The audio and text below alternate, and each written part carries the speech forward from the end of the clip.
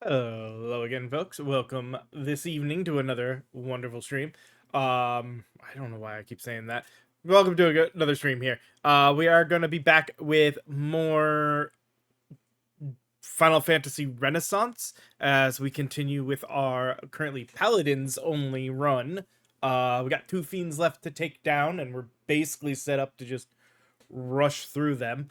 So let's go ahead and get right on into it, shall we? Dang it. I could swear I had... There we go. So, we are all set. We have our items all good. We have saved. We are all healthy, good to go. Let's talk to our mermaid friend here so we can get in the ship. We start with the right side. This is one of the few places where... Oh, he doesn't have that right now. I forgot to switch armor around. Let me do that after...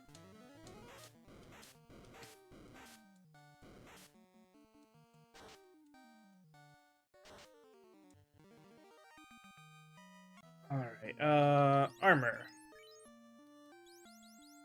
Okay, ice, silver, flame, silver. Yeah, so... trade...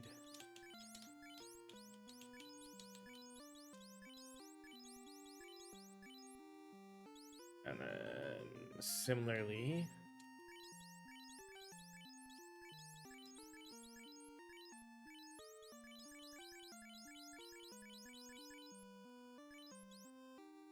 And also, let's go to weapons, because...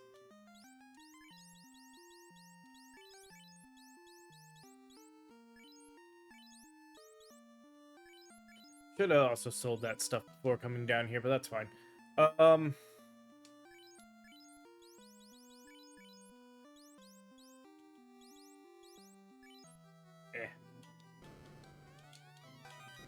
That's the gold.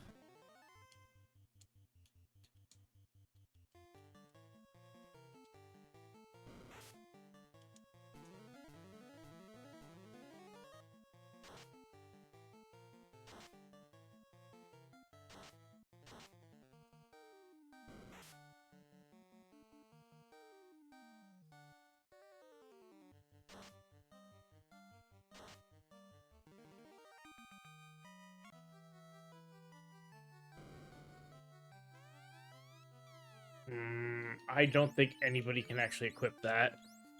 What am I willing to get rid of? No, you can drop that. Yep. Oh, that would have been useful. It does count surprisingly, it does count as a shield. But alright, it's got no use, so we'll just drop it now. By the way, we've got an armor slot ready for the next, time around.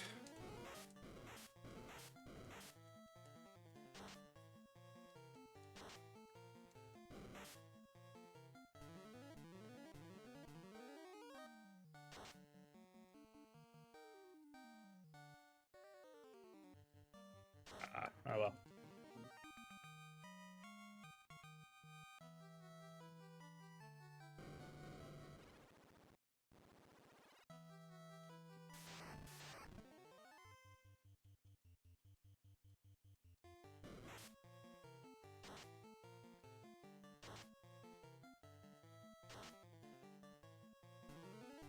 We are getting to the point where like, before I go into Tiamat's castle, I'll probably, organize them by stat.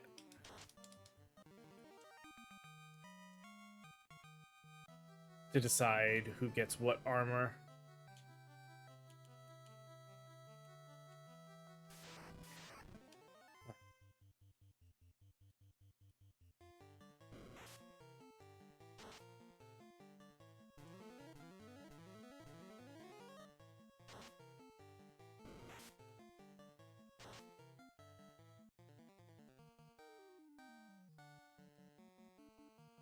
Because eventually level's not going to matter. We're going to have enough health on everyone.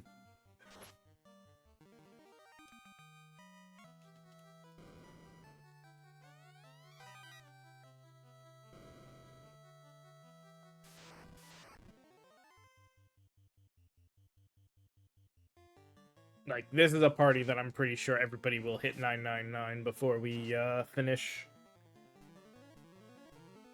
Without us doing any real grinding.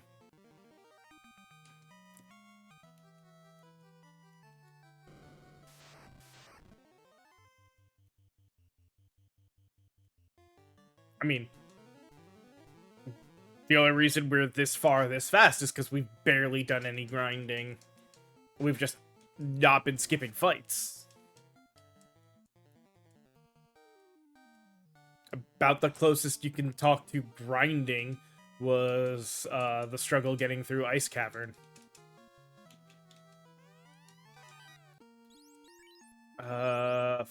42, 10, and okay. Trade there, so you can have that.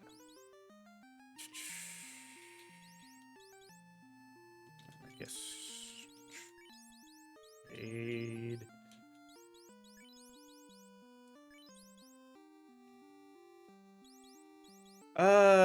Yeah, sure.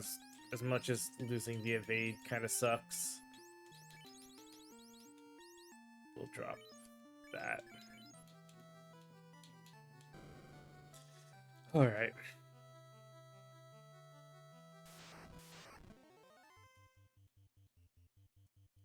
At this point, I don't feel the need to hold on to anything for money.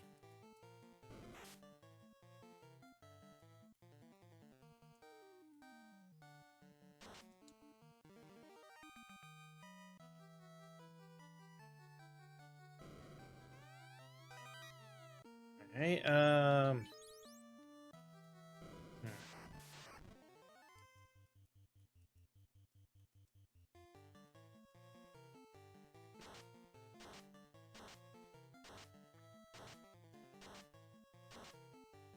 Damn!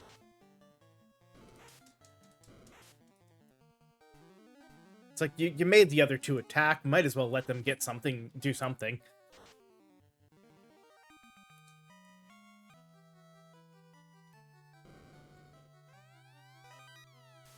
Mage's Rod, okay.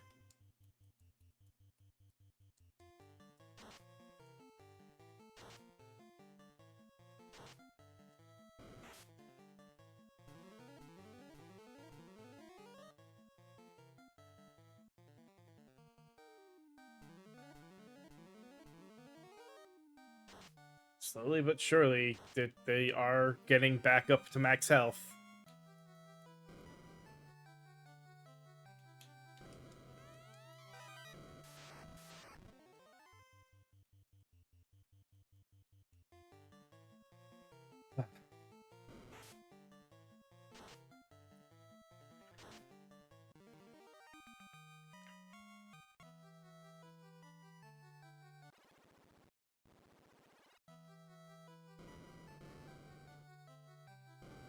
Fair. Alright. Opal, money. Alright, 34 and 1, but no. Alright, actually, screw it. We're gonna have the ribbon, which gives you all the resists. Might as well have...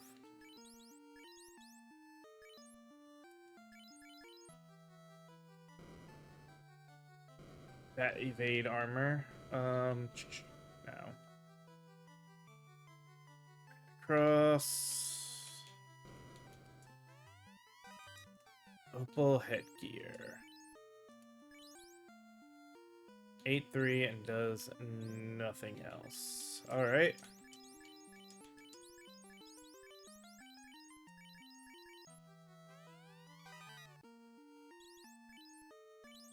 Again, 8-3 and nothing else.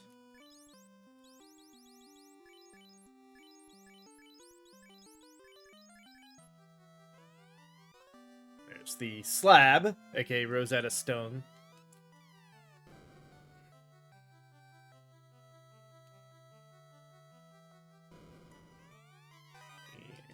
Ancient dagger. Nope.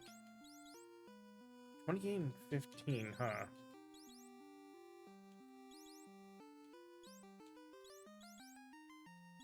Not worth it.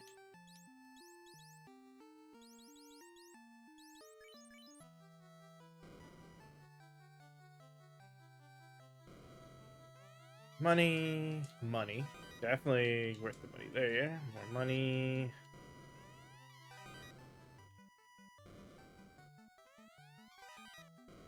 Pure that we don't need. Yeah, nothing. And Opal Shield. He's already got the lightning resist. So...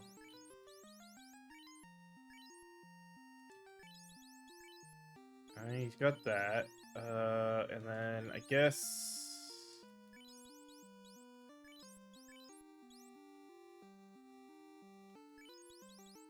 there...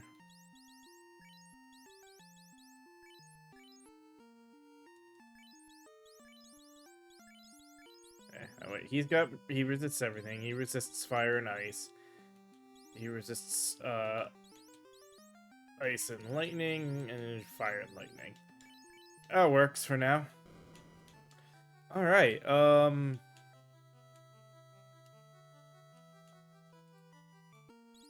what I should go do, though, before I end up with a problem? Let's run out, go up, and go sell some weapons, shall we?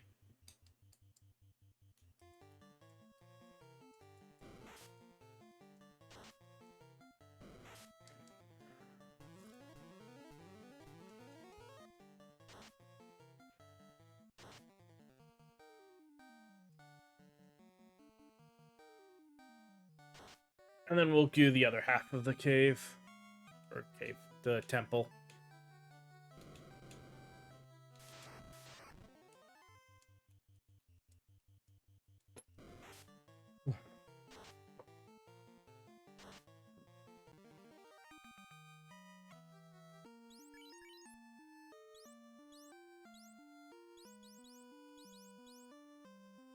Yeah, no, that's 102% hit. Damn.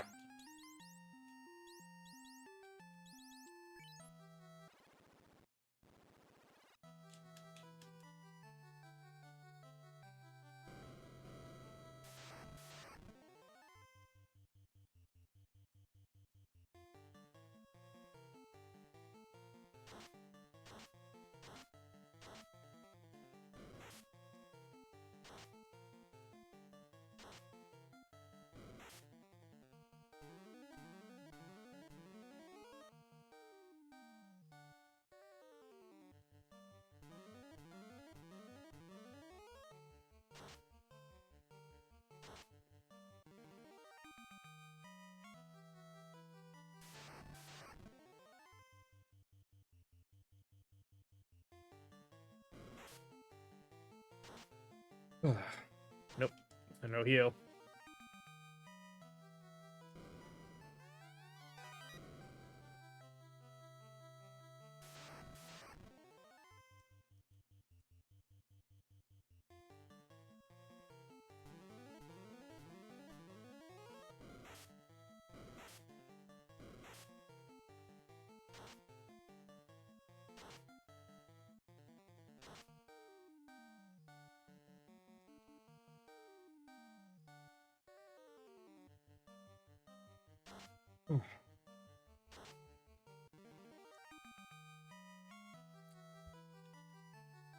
Alright.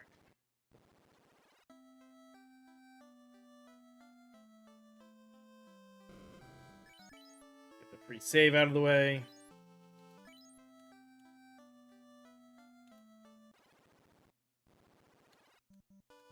Well, the paid save.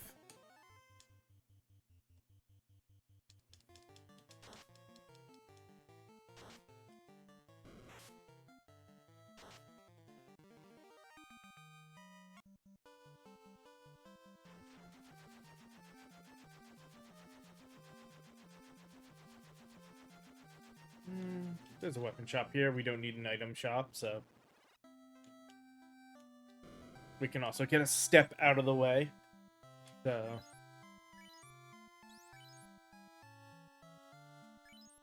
hold on.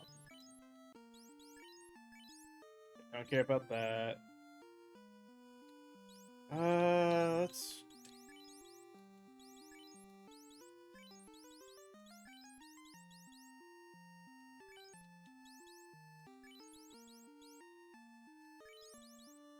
actually, yeah, we'll give you the heal, we'll give you that.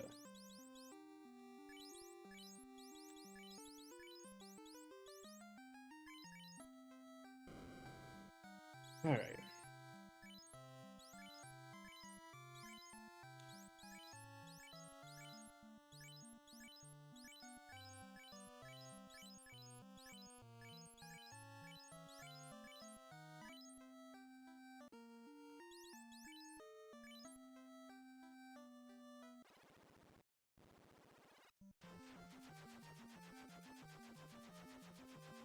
Oh, you're right. Forgot.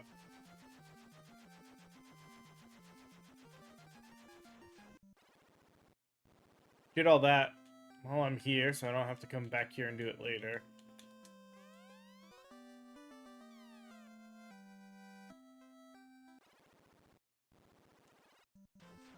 That way, when we're done in the water temple here, we can just fly over and take care of the next things.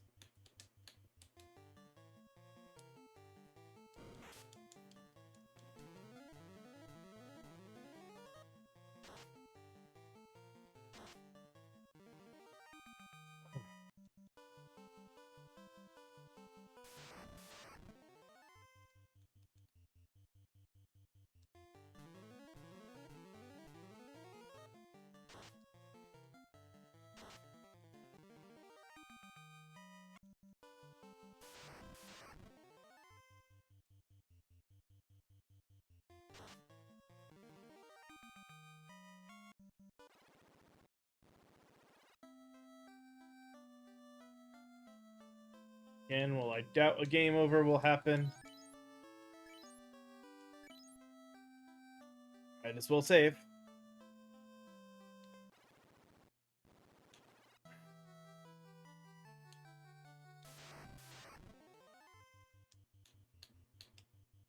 First round, fight.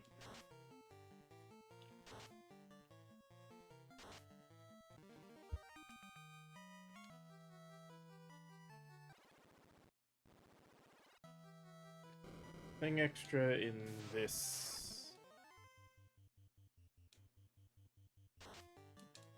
As far as I remember. No, we're still not. 2 damage, we're not gonna start casting heal.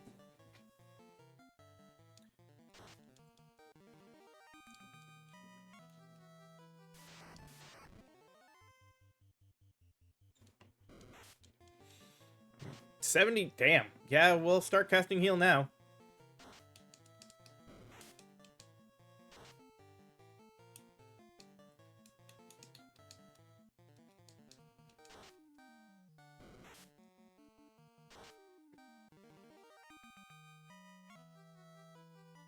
Yep, that had nothing.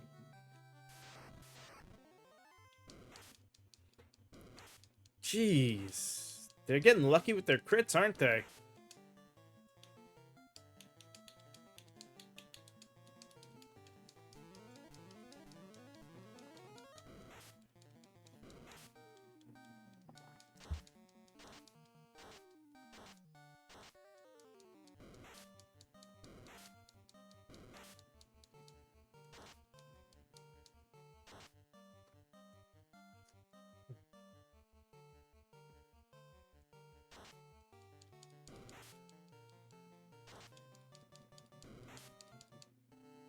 I was hoping the heal would come off before they all attacked.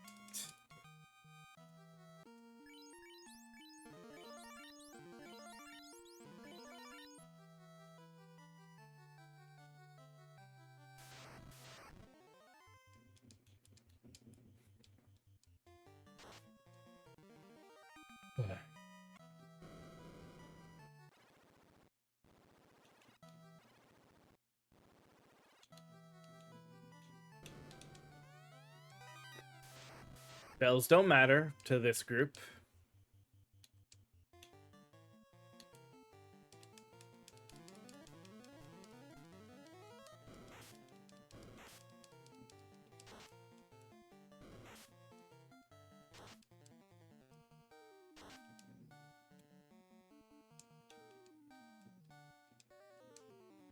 All right.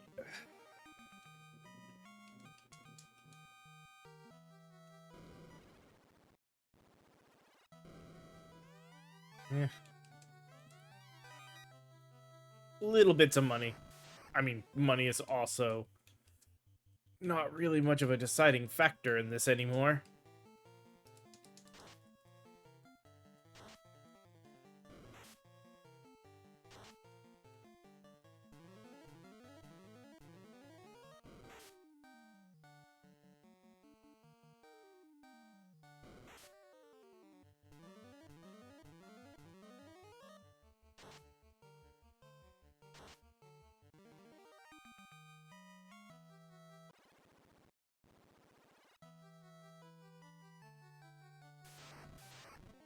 I think I currently have more money than I could ever use for the rest of the game.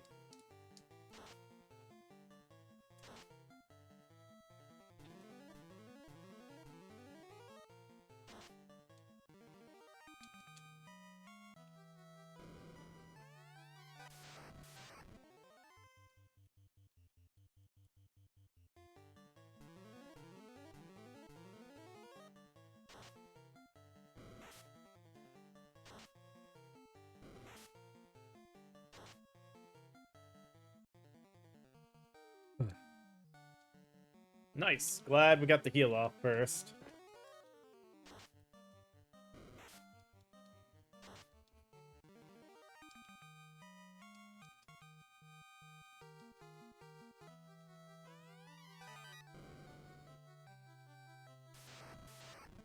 Okay.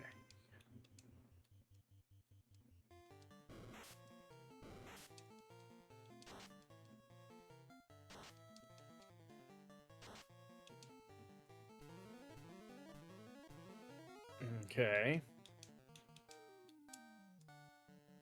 Nice. That was good.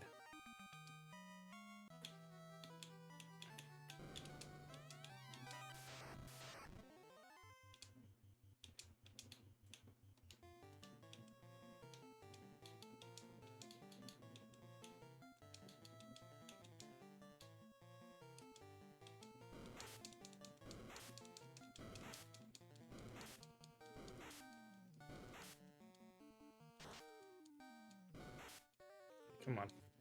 Go. I know, ineffective against the birds, but that's fine.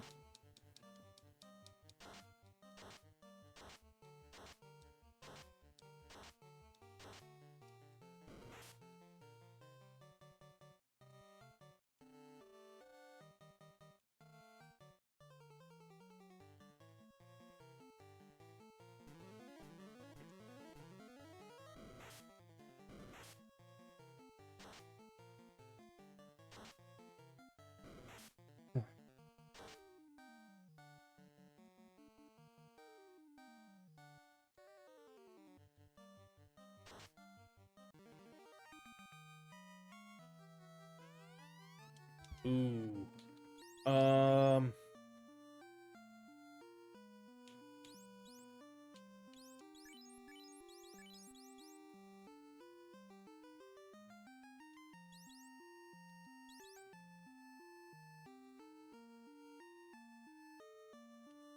Not worth it that much.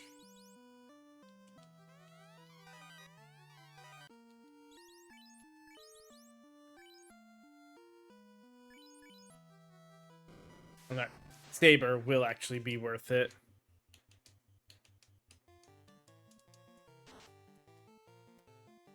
We just gotta figure out who we're giving it to. In the end.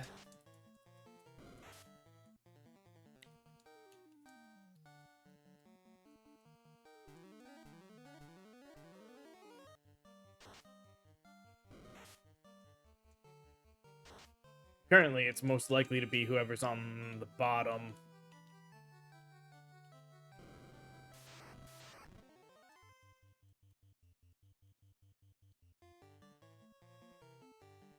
Oh, I shouldn't have done that. Oh well.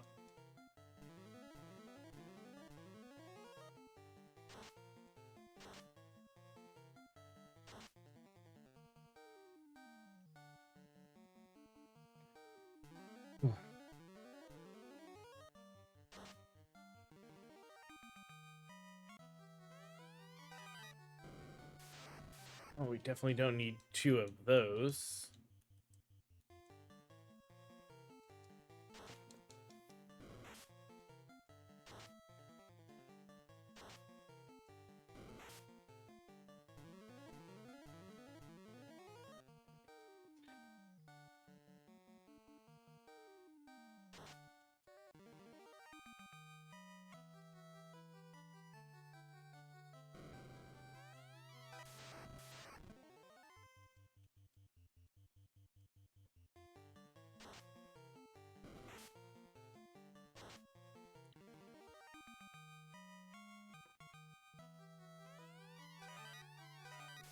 Yep.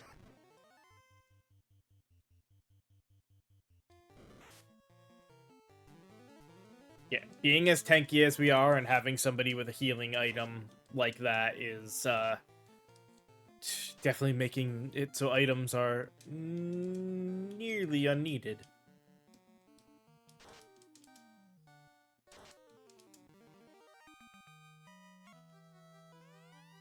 Oh, who else? You know what?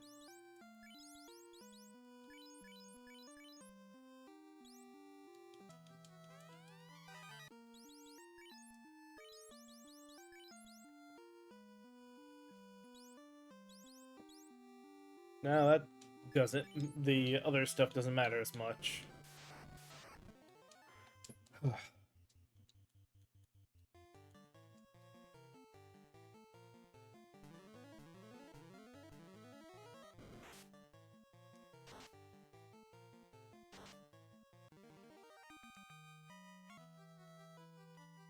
We have 2 people who are really good at tanking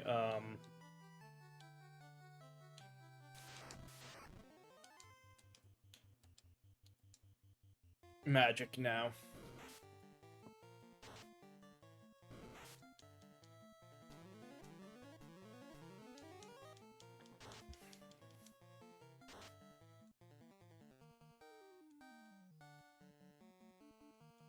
We didn't get the extra heal off. Oh well.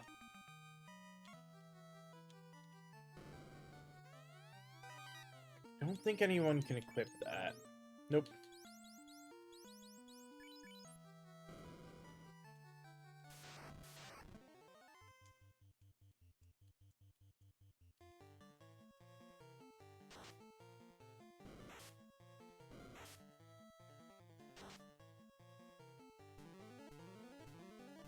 Okay, come on, Zeus.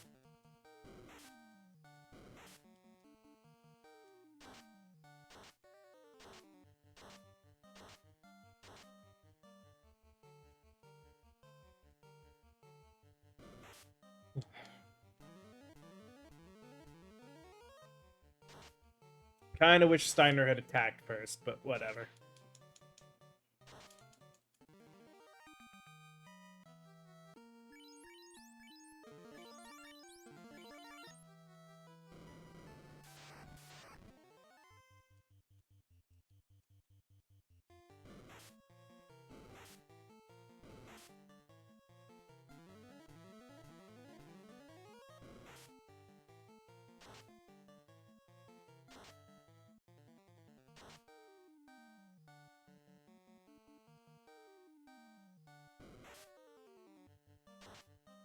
Honestly surprised he's not one-shotting them.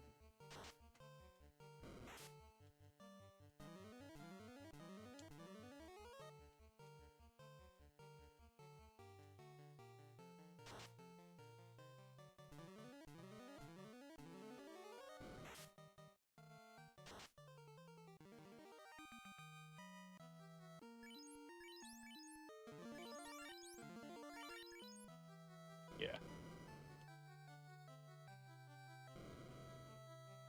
Nothing up there. Okay.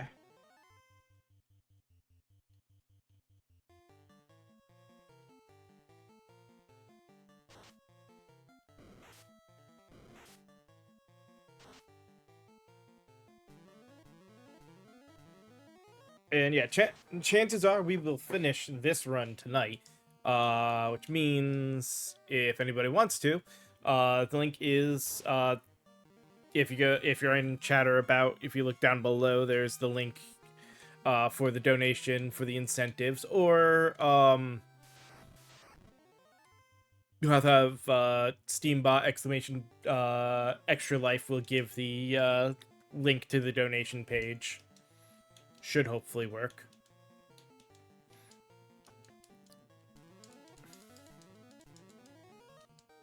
I should have had alright, let's do this way. You do that. Because yeah, current plan for the month is this game all month, playing through every class like this, a full party of the class. We started with warriors, and unless we get a vote, the next one is going to be thieves.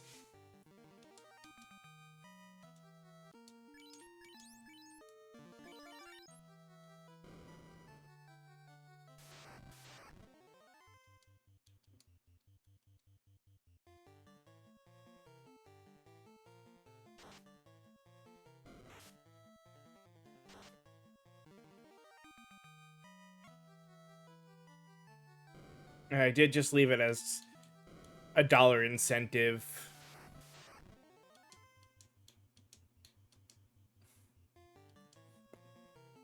On each of them.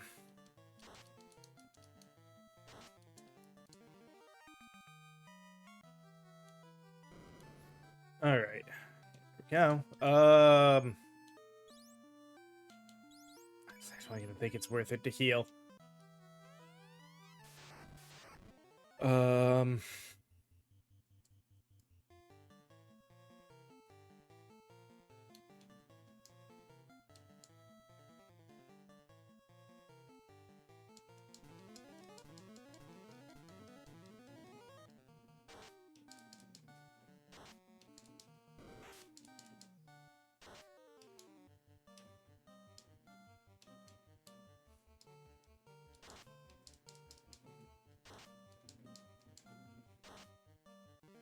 There we go.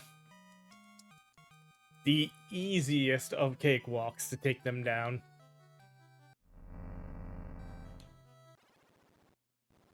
That is our third fiend down. Screw it. Instead of doing any healing here, let's just go back to our airship.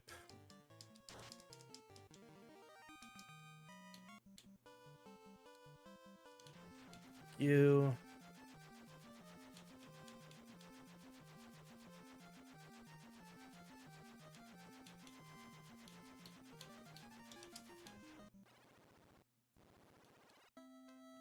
Alright, the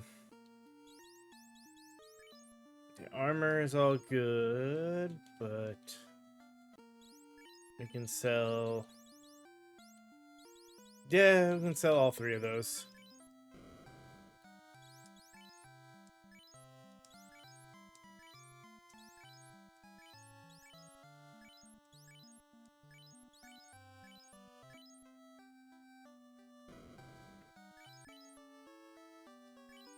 In.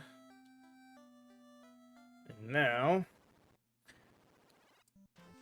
make it so we can enter the Mirage Tower.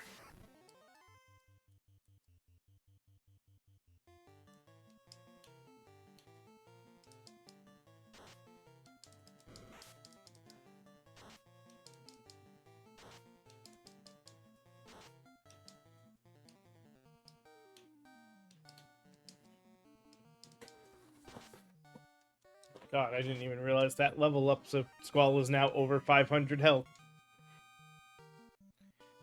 considering health maxes out at 999.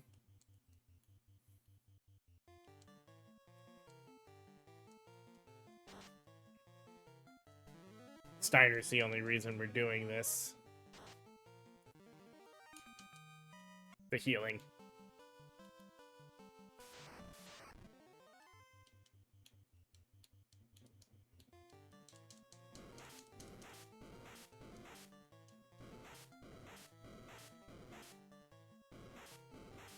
This is what I was worried about in the ice cave when we were going to be facing them.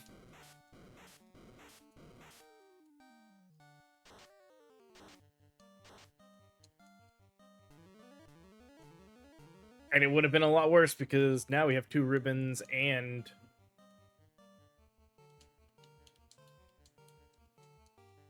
an item that and a resistance to ice on one of the characters, so alright, but last, you do not possess a suitable offering. Yeah, so that's what I thought. I'm pretty sure the only offering available there is to give it Excalibur for Aegis.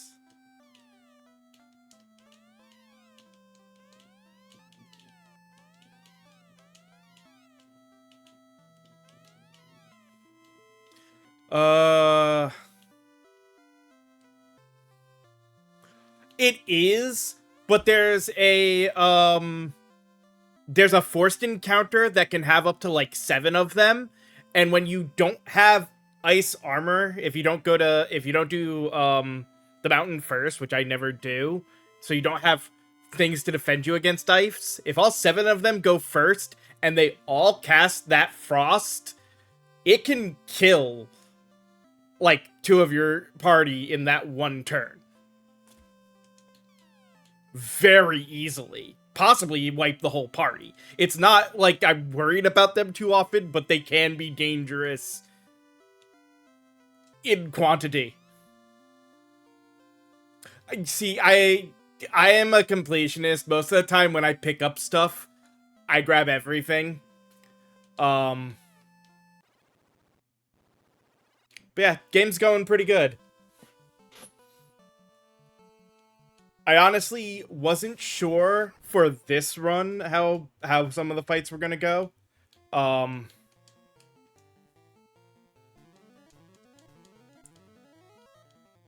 not feeling too bad towards us probably getting through this this one today and being able to start another class tomorrow. It's also one of those with the Final Fantasy Renaissance version. Some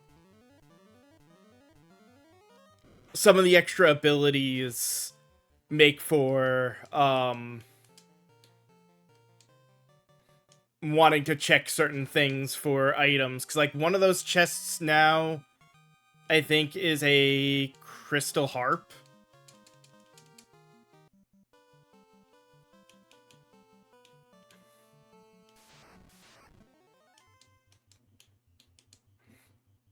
Which might be useful.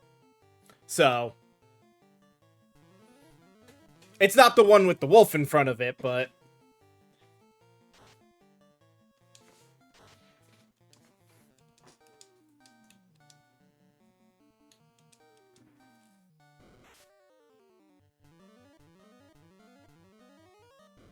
yeah. Yeah, it's true. I mean, at that point, money isn't as much of an issue. It's just one of those, I'm there, I'm grabbing all the chests.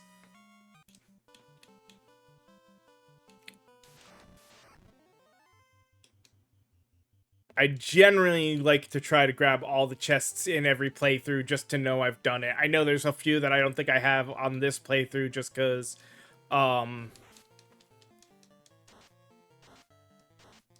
I didn't feel like dropping an armor piece to pick them up because it would have been strictly a downgrade on anything I dropped.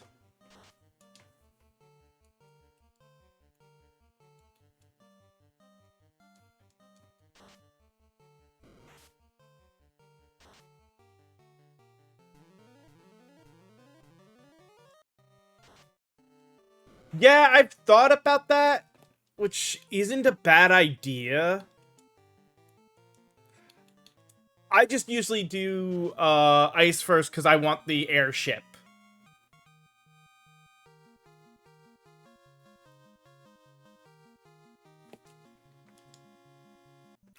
True. I am not ready, I think, quite to do solo, just because I understand how dangerous that can be.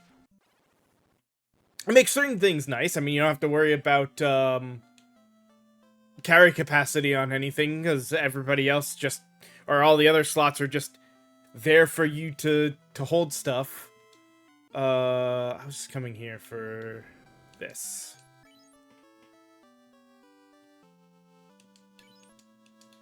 Where's my... Yeah, we can go by...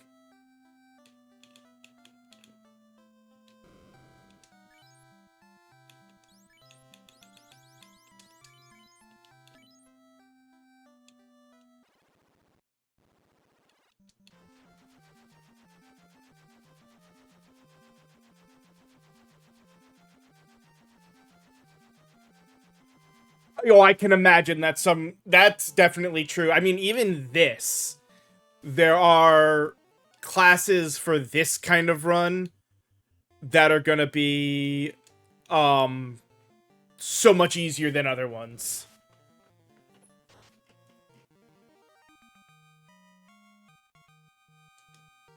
Ooh, I can imagine Bard being kinda rough.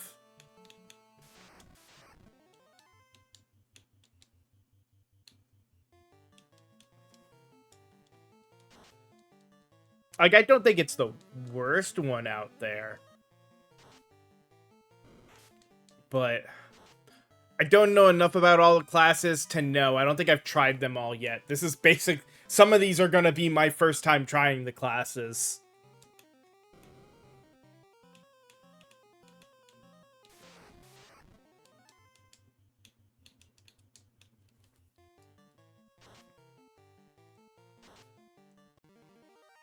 I do wish, like, Warrior's not bad.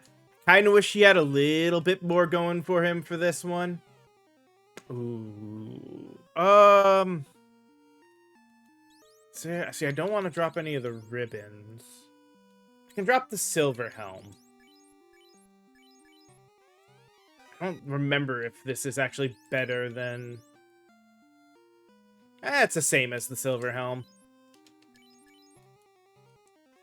We'll probably get rid of it for the other things, though.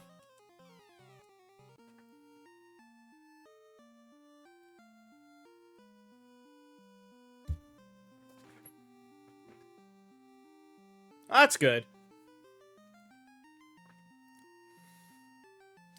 Yeah, like, there's definitely some stuff. I understand it. There's a couple things I think would be interesting to do for this. Some, like, quality of life things that I think wouldn't be too bad. You know, let's switch. The crit chance might be worth it. Mainly, I understand the coding for at least one of these, would be a little annoying. One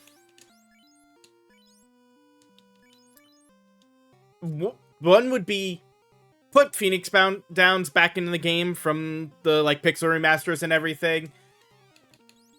There are a few dungeons that, if you're playing in this way, Phoenix Downs are just a quality of life to keep you from having to possibly run out and bring people back because you've lost 2 party members and can't do the final fight.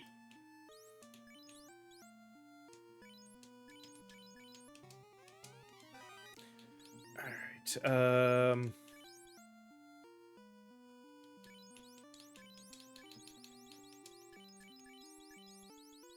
yeah. Yeah. Yeah, locking it to chem... But, see, that's the same problem as, like, what you currently have, where life is locked to, white mages. Um, like, I know you get to a point where money isn't really a issue in these games, but you know, if you put Phoenix down and put it at, say, 5 grand, I should have definitely used that. Per, it wouldn't be so bad.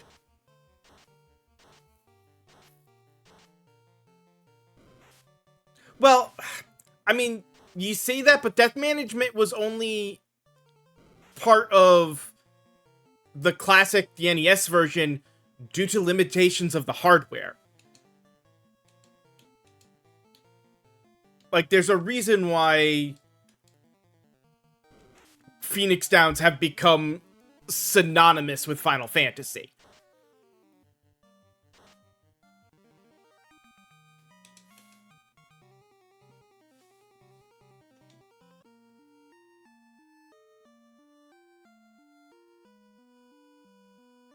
Well, so you have to keep in mind,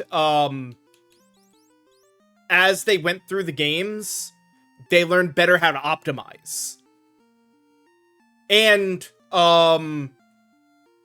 the cartridge options started to increase. I doubt it too. It's a nice, it's a kind of thing that I think it's where the benefit of like the options menu is. There's a few little quality of life things that you can add as an option in the option menu, or have like when you start the game a thing pop up like they do for randomizers of things you can like turn on and turn off to adjust the difficulty based off of how you want to play and do the run to open it up for more people. It's the same idea of adding a little bit extra something for armor inventory so people who are just learning and want to know more stuff without reading a bunch of online guides don't have to drop an item to get another one. Now, mind you, he did a great quality of life thing with the or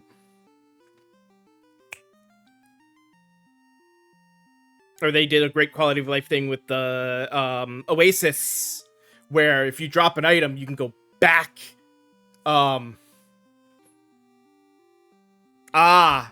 Yeah, see, I can understand that.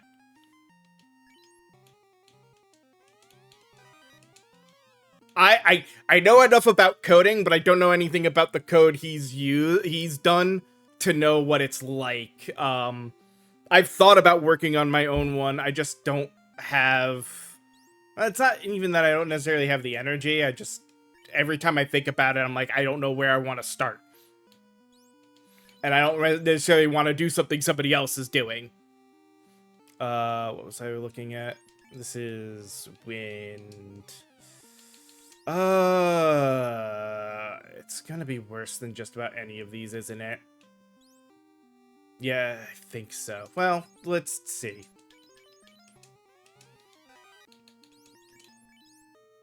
Yep.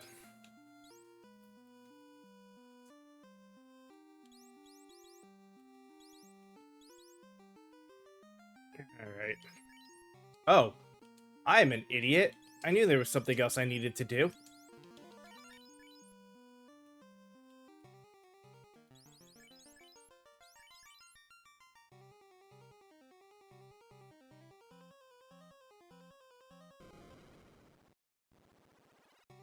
Like, I still love the game and think it is great the way it is. These are, like, the things I'm mentioning is just minor nitpicky stuff of, like, having played several different versions of Final Fantasy and all the other ones, I understand where the quality of life of adding certain stuff in was. And there's a reason why they got added in. And, again, like I said, NES cartridges advanced quite a bit from when the first one released to when the third one released. Or, not even NES cartridges, let's be fair. One came out on the NES, 2 and 3 were both only on the Famicom. Which, again, had a lot of different things for them.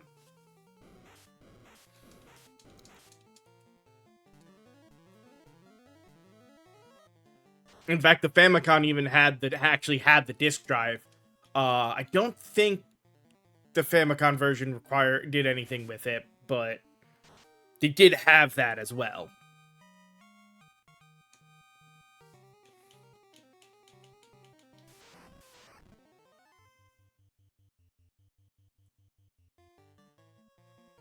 Yeah, I can understand that.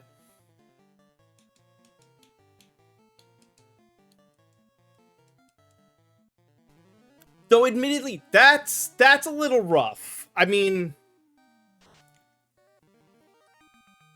especially if you're actually beta testing stuff and doing some things. I haven't talked to him much about anything either, and I don't know enough about some of the classes to say one way or another for how they are in this to try to be like, hey, this could use this could use that. Stigs would be nice. I mean, warriors are a nice solid class, but if you're not going to give them any traits or anything, it wouldn't be bad if they could also use Dark Knight's weapon, the bigger swords. There's no reason they shouldn't be able to. Like, there's no reason a paladin shouldn't be able to use a claymore style, like the Buster Sword or something. Other than that's what sets Dark Knights apart, but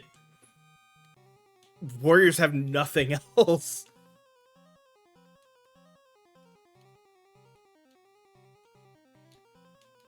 I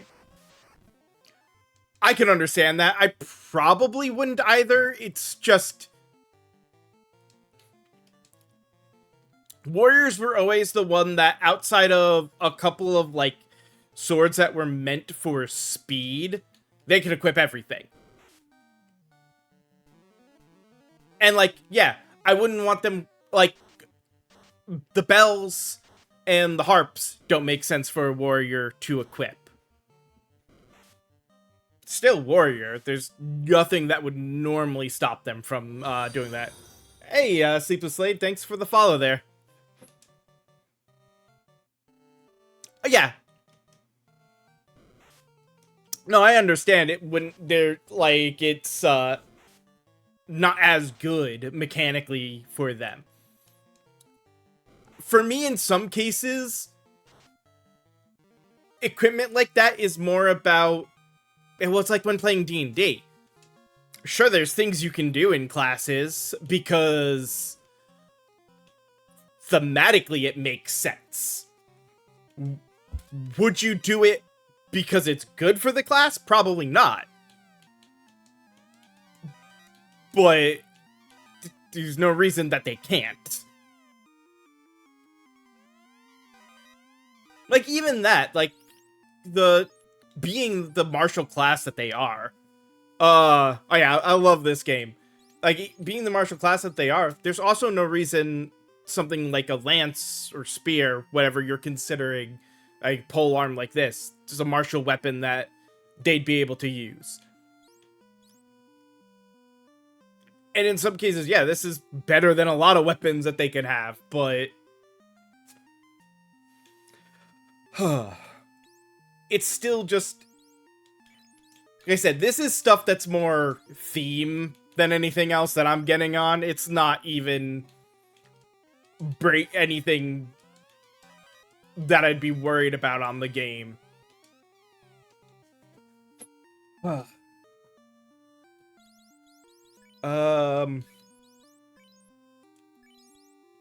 Ooh, yes, definitely want to switch some stuff around. So let's trade that. And still want to test that, and I don't care about your weapon as much. So, a little bit, just in general, discussing things that, like, in my mind, I'm like, you know, the little quality of life extra stuff and what have you would be nice to see. It's not, and I will say a lot of my stuff is coming from somebody who hasn't who's played the game a lot but hasn't boiled down really into the weeds of a lot of this stuff.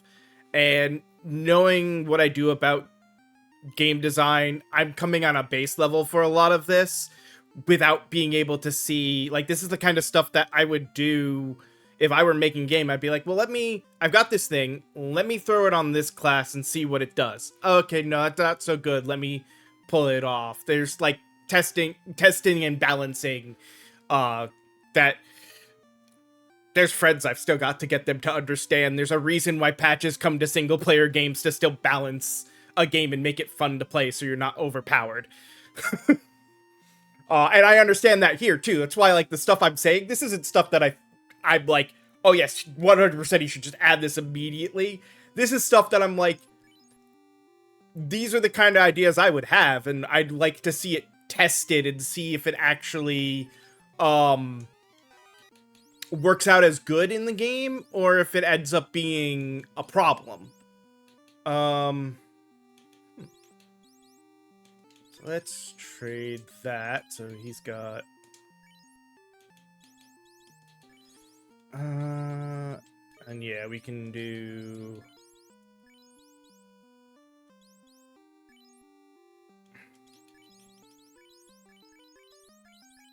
that trade as well. All right.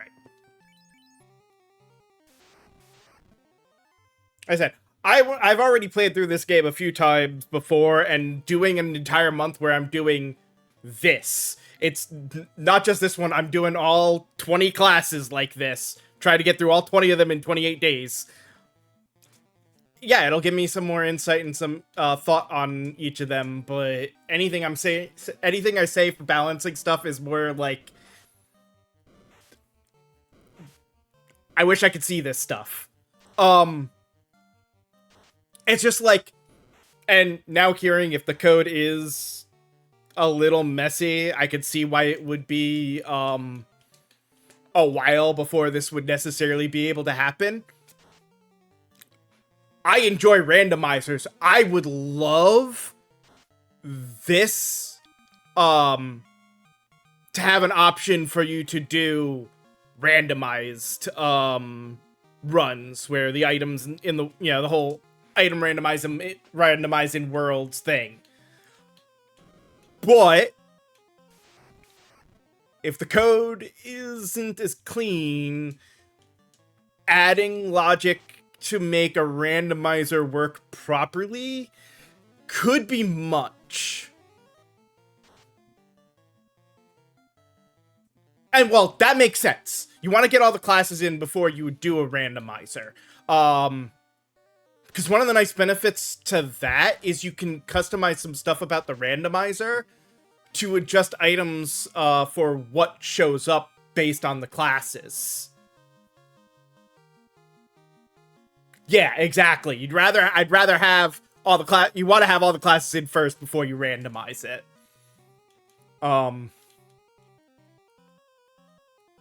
Because then, yeah, going back and being like, okay, here's a new class, and let's make it play pretty with the randomizer, is not fun. Ooh, this is not going to be a fun fight. And I actually do need to take a break here in a second. So let's... Okay, thank you. That helps. Unfortunately, that means they're gonna hit the mummies, but that's fine. Ugh.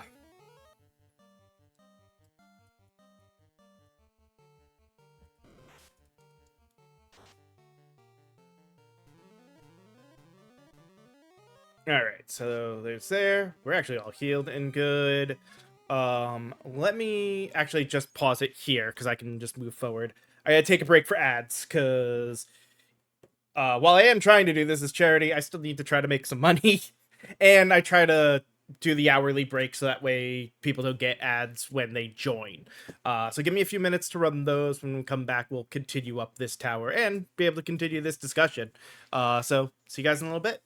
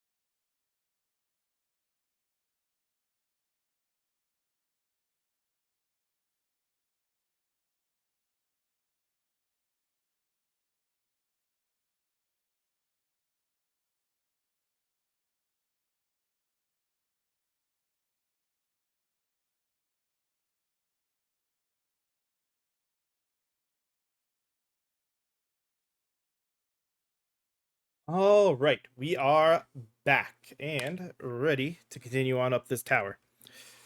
Yep. Our little dragon friend here, this shouldn't be too bad.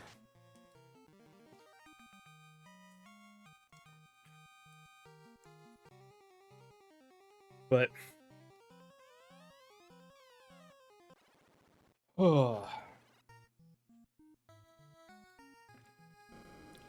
I will say I need to look more into what mods are out there for Final Fantasy games. That is definitely one of the things I want to do more on stream in general. I had found and was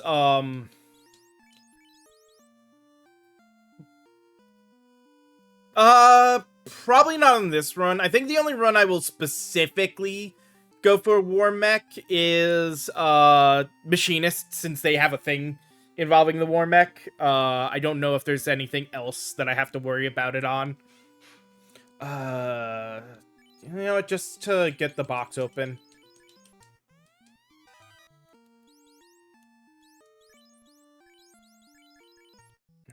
Money. Ooh.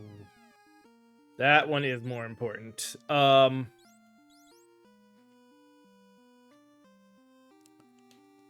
especially with the fact that I'm trying to get through, like I said, I'm trying to do all 20 classes, and we only have 28 days to do it. And I know some classes are going to take longer than others. So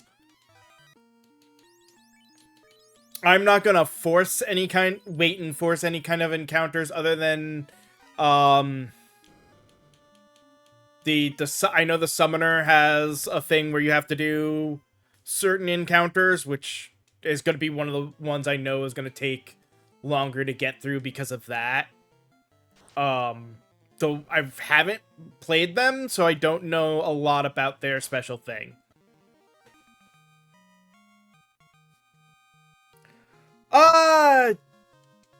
Maybe. Honestly, I don't know.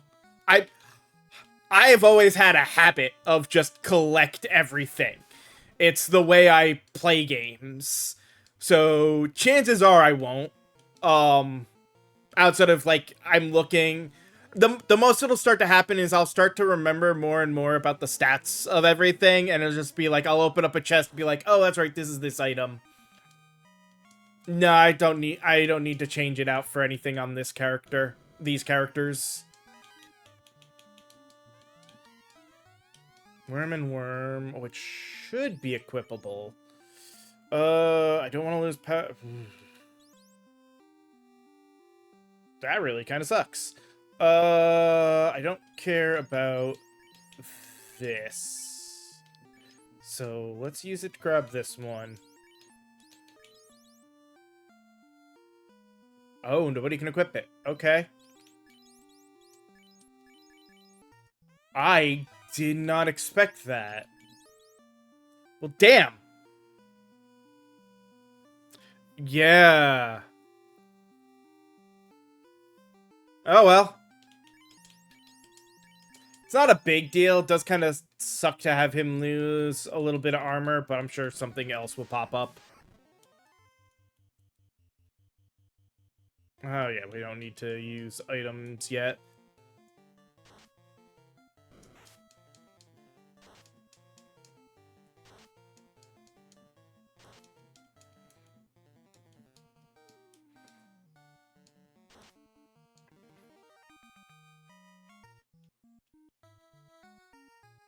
Yeah, that just boils down to the item management in this game was, hey, we haven't done these kind of games before, first time try. I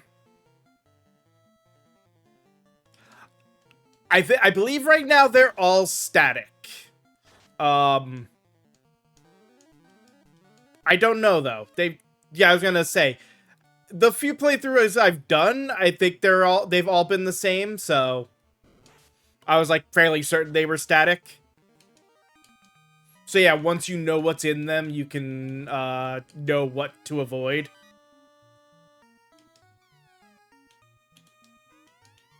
Oh, that's kind of curious. Do tell. I'd like to see where this goes.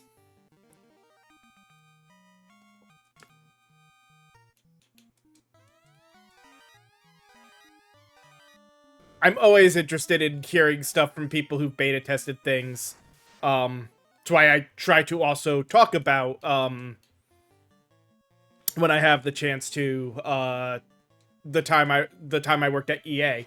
Had chests and the basic ores in them.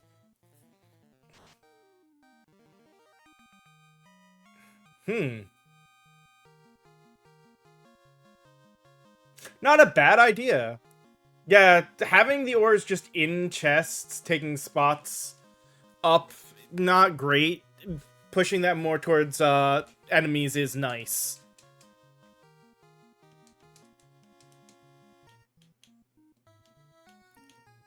And yeah, I can understand making everything static.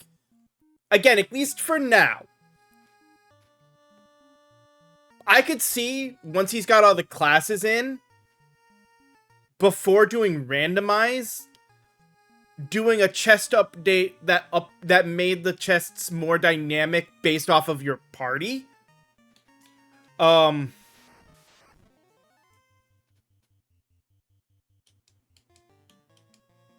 would actually allow him to bring the ores back into chests, but do just like you're saying here, add like the archer and ninja specific stuff as well. Like once he's got all the classes in, to add in dynamic chests that are still fairly static, but it has a logic in it. It's like, okay, this chest will have these 4 items in it based off of what's in your party, with it being this for this, this for this, this for this, and everything else gets this. Yeah.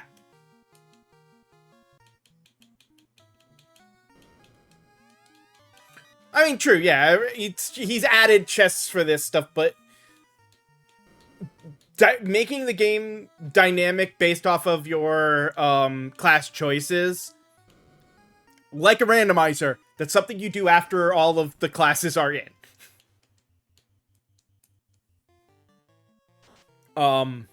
Mind you, when I worked at EA, I'm in Florida, so it was EA Tiburon, which mostly focused on sports games. So I was doing like NCAA 07 or 06. Actually, it might have even been 05. Like the first one for the 360. Oh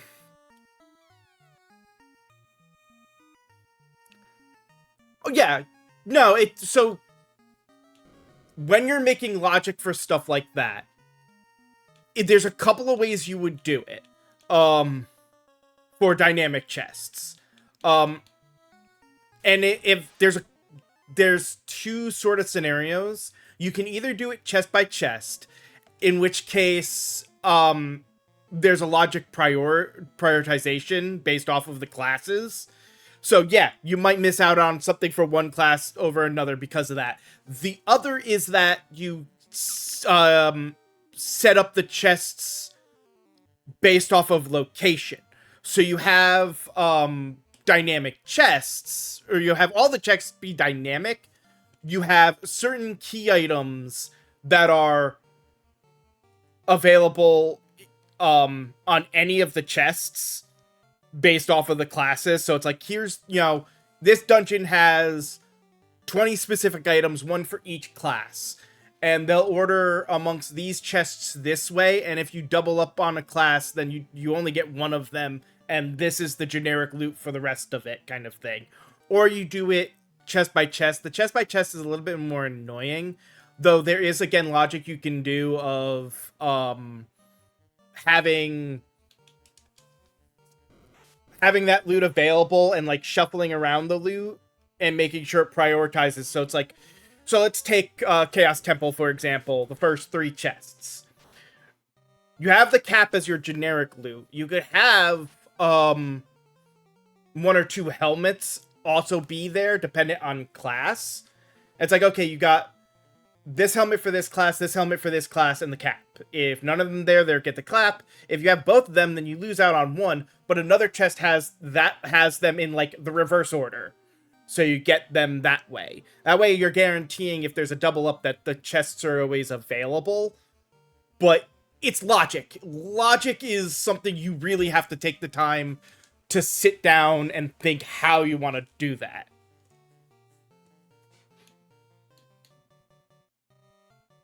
Yeah, well, and it's funny you say that because that's the problem with making a randomizer.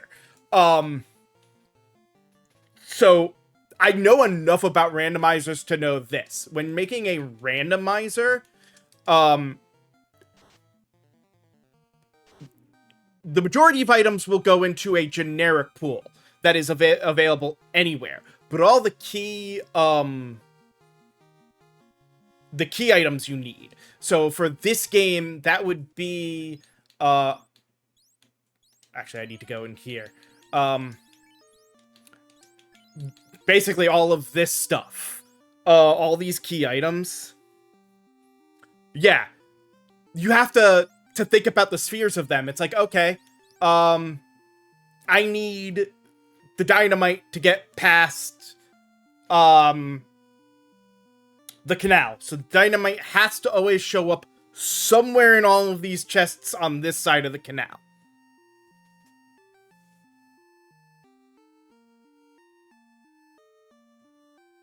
Yeah, it's something like 24, because it's, it is the bridge, the boat, the floater, for the bridge, the boat, the floater, the dynamite, so you have access to the canal, the 4 crystals, the loot, the chimes, the warp, box, the Rosetta Stone, or slab, yeah. Yeah, it's a lot of logic that you have to be like, okay, where am I putting this? And now where does that open up for other things to go? It is a lot of work. That's why I was saying, like, as we went down here and completely forgot grabbing this because we got talking. If he's thinking about doing a randomizer after he's got all the classes in, his best bet would be to start with just dynamic boxes in the game. And that's the other thing, making logic setup, that is, early playtesting for randomizers tend to not be solvable every time. Yeah, exactly. Yeah. And that's where I don't know if he's got this set up to the way the original game was. As far as I understand it, not every door, like all of these doors, I think some of these doors, even though it's not necessary, are flagged to be Mystic Key doors.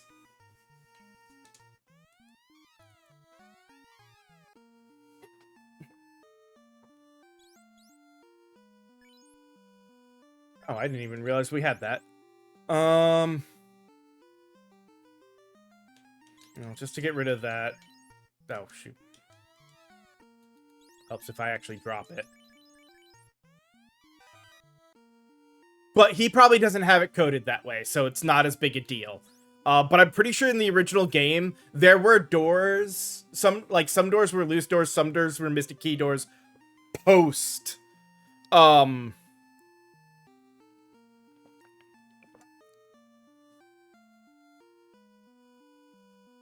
okay, Yeah, I wasn't sure. I knew there were some.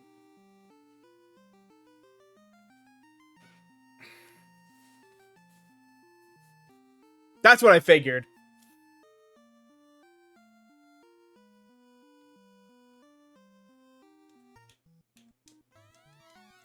I really don't need that weapon, but at the same time, I don't need a lot of these weapons. What doesn't sell? Not that I need the money, I just, what doesn't sell? That's great. We'll drop the wind for thunder. Um,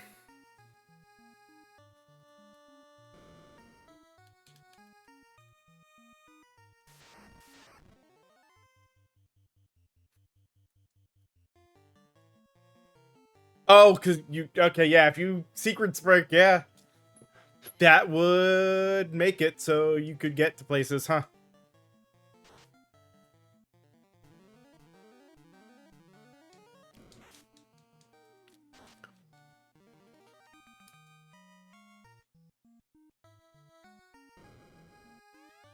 Yeah, I never got to, like, beta test like that for certain things. I'll say, like, what I was doing when I worked at EA, NCAA, I did worked on 2 of them. It's football.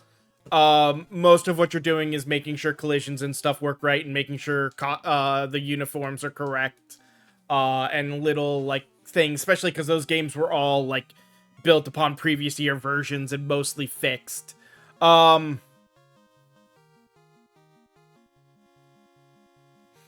Yeah, that make so so either white mage or black mage, or is there another one that I'm not thinking of that can also teleport?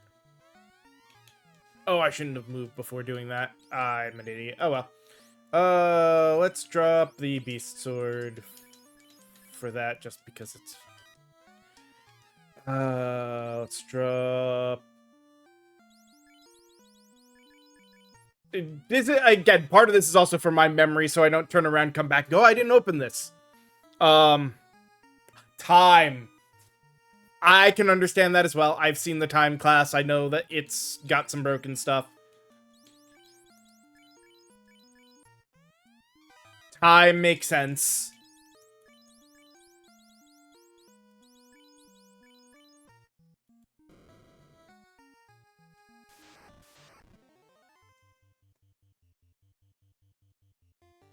The only game I beta did game testing when I was EEA that really had some weird stuff to worry about was Superman Returns, which I'm sure you guys know what hot garbage that game is without me saying anything about it. There's only so much you could do.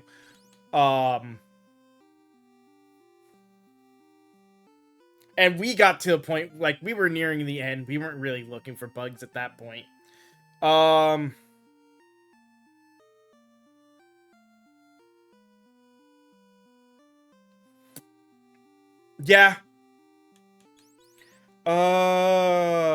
Do I care about either of the shirts?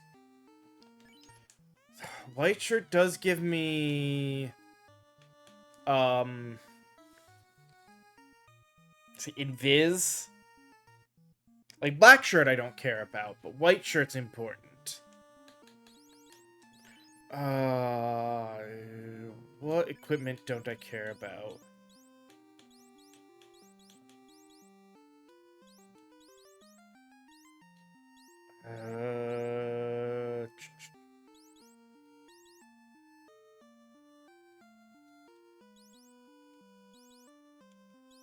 See, he's got that. He's fine there.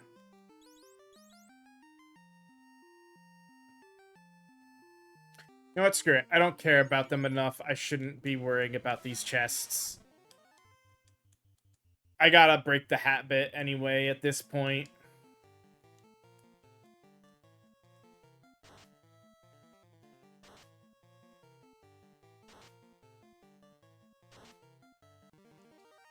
Yeah.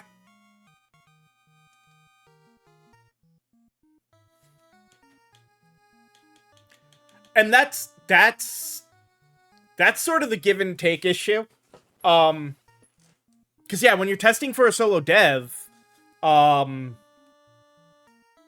it's a weird side of they have final say in everything, but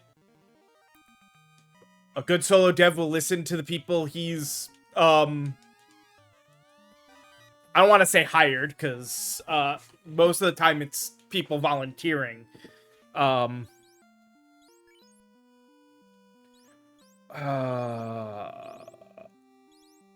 yeah, we can.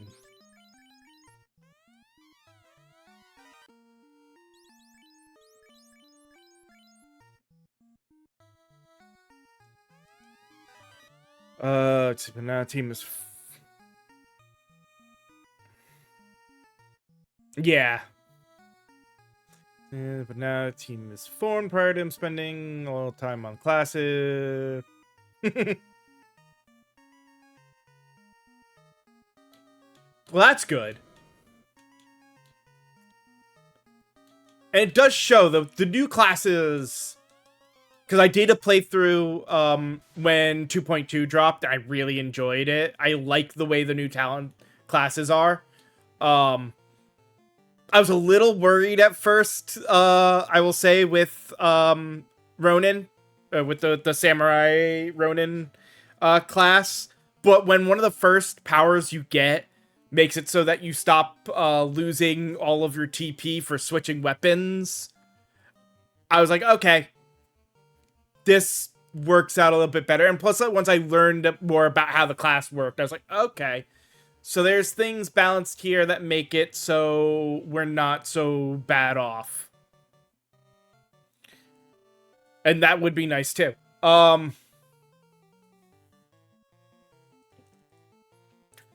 You probably would have had a different set of testings set up and a lot of very different response, I'm sure.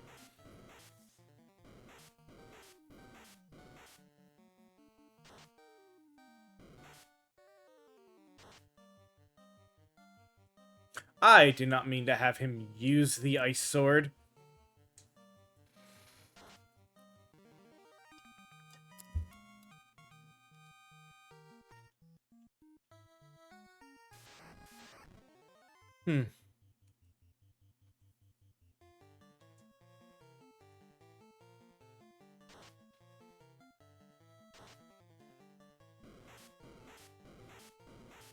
Yeah, that is definitely, that was very key, because I, like, when I first played the class and I'm like, cool, they have this ability that lets them switch their weapon in the middle of combat to something more useful. That's really cool. But if I've spent any time building up TP and I do that beforehand, I'm screwed, because now I've done this. So putting that front and forward was definitely kind of a key thing there.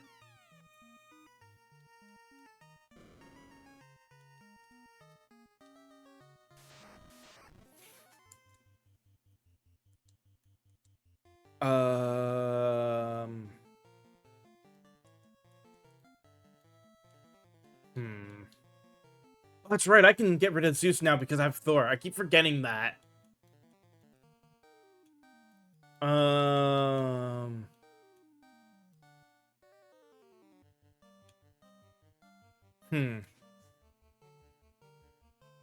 Yeah, it doesn't. It is. Yeah, it is. It's something you want to see at the beginning, because it shows as part of what the class is. So if you're playing the class and it's not there right at the beginning, you end up with this, like, what's the point of the class? So getting it right away just gives you this feeling of, okay, I understand now. I see the balance and what makes this work.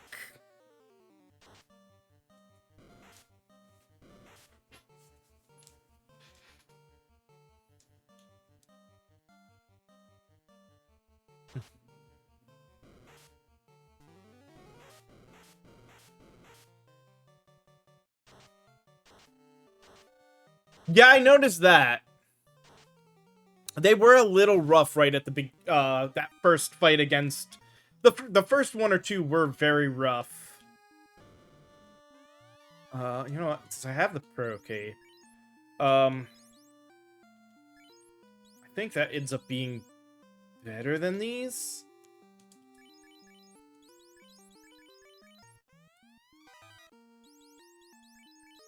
Nope, I was mistaken. Oh well.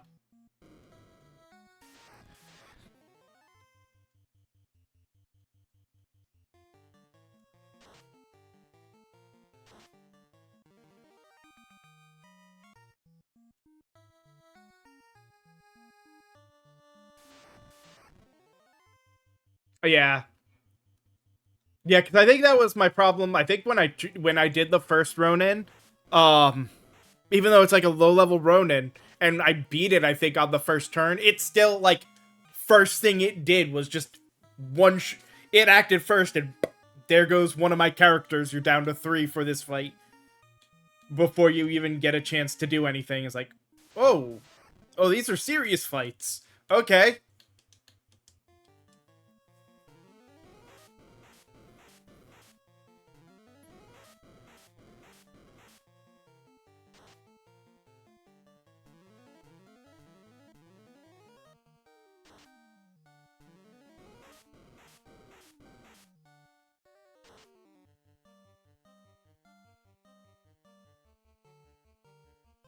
And yeah, Machinist is very interesting as well with the way it's built. I think the wording on the initial, like, when you first talk to, the dwarf that gives you the ability to do,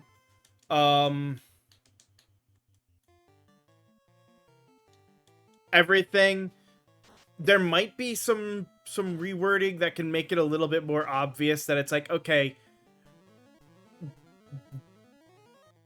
forging is more like creating blueprints.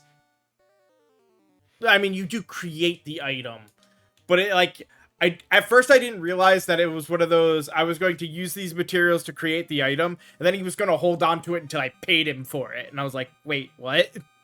Okay, I see how this works, but that's confusing that I have to forge it each time and buy and then pay for it.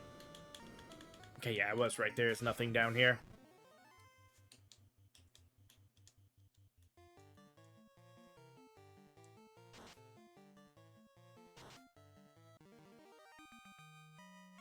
But right now, too, while it's in... Yeah, but right now, too, it's early enough, too, that you don't want, like... You don't want somebody to have to make something, and it's like, here's the materials you need, plus the money to buy it. You don't want that up front, because they don't know what that weapon does. So, or armor or whatever. So to put all of that into it and then have it take up a spot and only to find out that it's worthless would suck.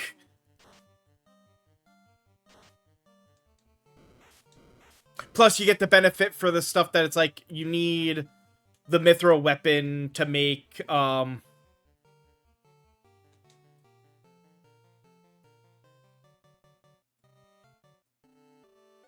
yeah. Well,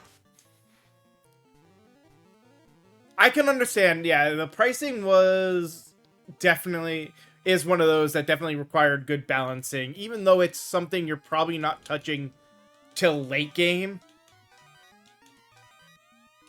That doesn't mean the money's just free at that point still. Pretty sure nobody can use the warrior was... The katana was the one original weapon the warrior couldn't use, yeah. I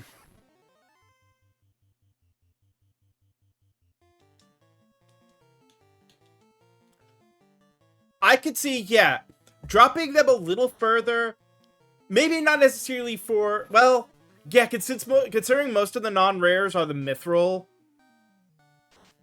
ones that you would then use to make the rare ones. Yeah, it wouldn't be a bad idea. at the same time, what I learned from it, what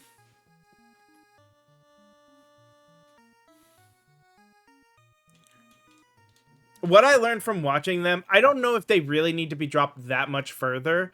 For the most part, most of those weapons, you're probably only gonna craft one to use it as its component spot in crafting the rare one.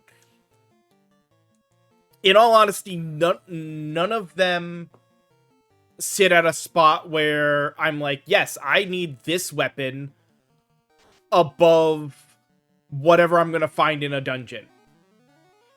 Most of the late game stuff is just better than that, than the basic ones. It's only the rare ones that matter.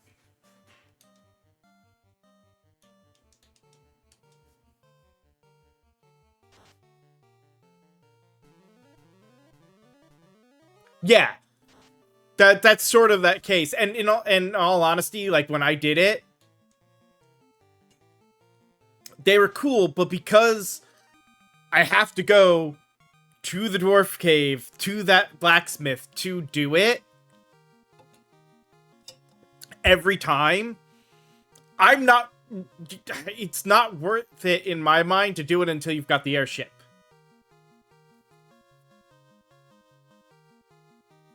Yeah. Like, none of it is worth doing until you've got the airship, and by the time you've got the airship, none of the weapons are worth it except for the rare ones.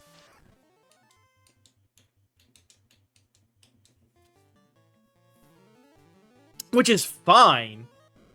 But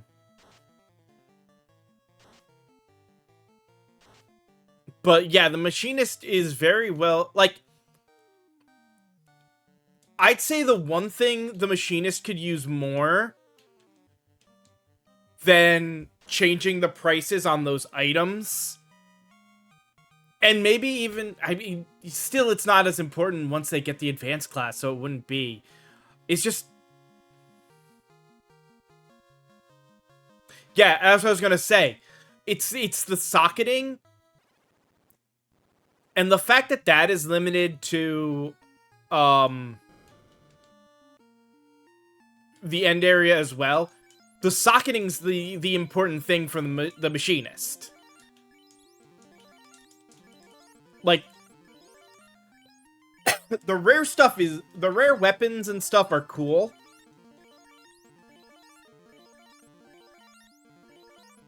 But playing around with the socketing is so much more important. I didn't want that there. Alright, fully healed up. Why did I spend another one? Other than I just mashed a button.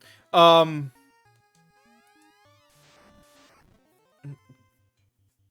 because the socketing is the more important thing in that, I do wish, that's the one thing I wish was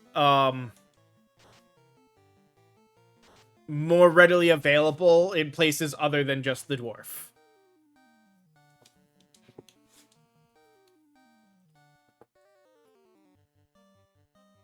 Yeah, that's true. There's some armor that was nice. That is nice for, like, okay, I can't have an armor slot. Let me grab this as a spot, an item I can use.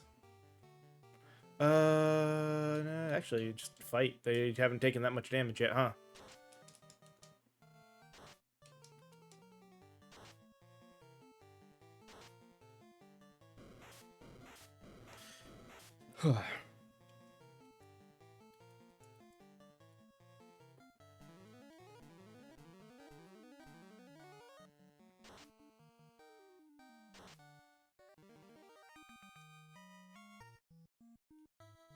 So yeah, that would be, there were definitely useful items there. It's just,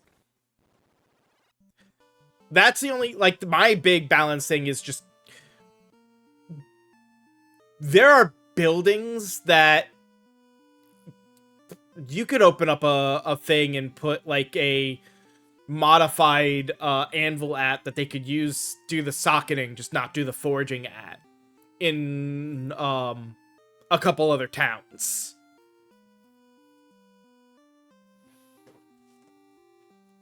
And that would, I think, open up the early game for it.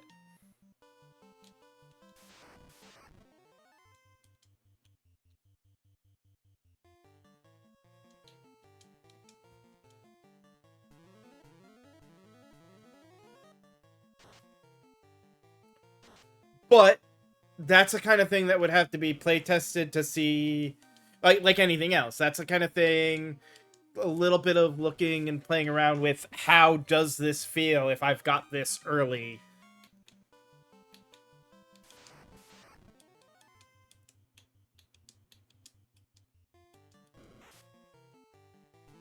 And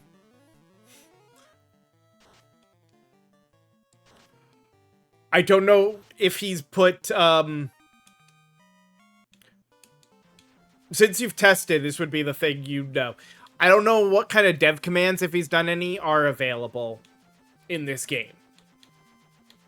But, like, my mind, I know Cornelia doesn't have any open buildings.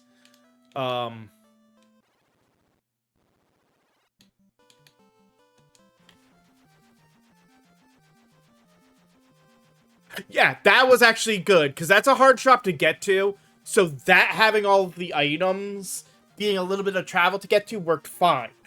But, like, what I'm talking about would be, like, say,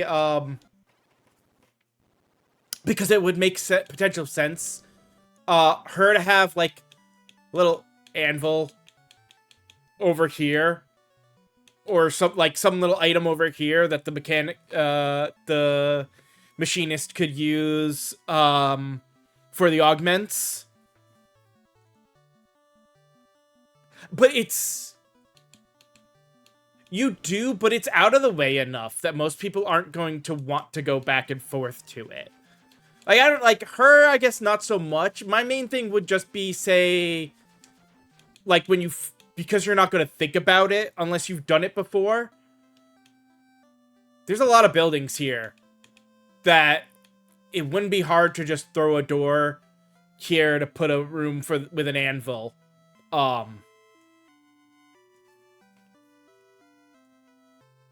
Yeah, and that's true. The auto bow and guns are nice. But yeah, a small room here to get you to play around and see the base feature might not have been a bad idea. Especially with somebody in there that's like you talk to that would point you towards the dwarf for it more. Because, like, I read the thing and I understood a little bit, but it wasn't until I actually got to the dwarves in my natural playthrough that I was like, ah, this is the specific thing that it's talking about to go do that. But that's, again, that's the guiding stuff that's more prevalent to a lot of games now of, like, how do you ensure that people understand what to do?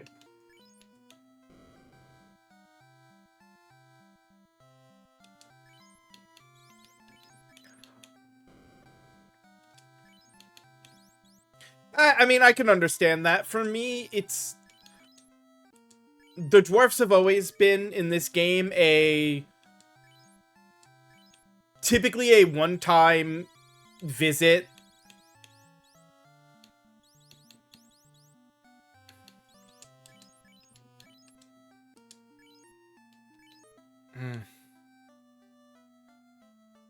Yeah. That's exactly Sleepless. That's sort of the idea. And that's why, like, I think, not here, but, Provoca. That town, just getting one there, having an NPC buy it that's like, you know, I have this to learn.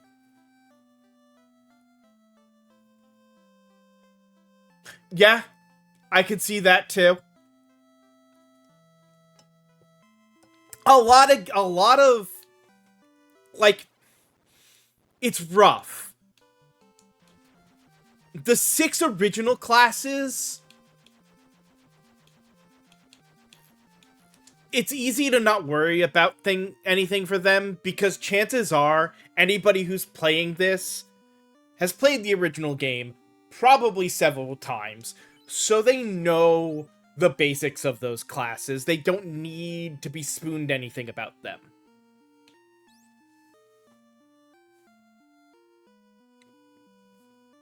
Yeah, that would have been nice, knowing, because I actually ended up, I got the first one. Oh, I messed up. I forgot to actually go and sit at the inn to fully heal. Um,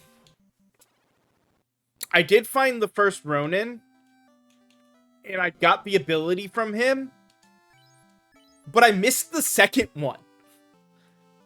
I got through the rest of it, and it was only by chance I picked the right one to give me the weapon swapping, as opposed to the other one. So, it wasn't, like I said, it wasn't until after I beat all the others that I found the second one.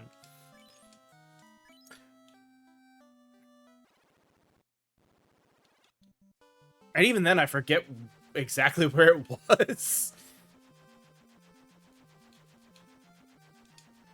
But it's weird.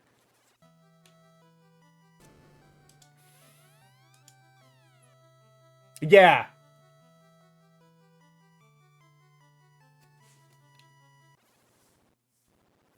I could understand that. Yeah, it was, I think, very out of the way. Ooh.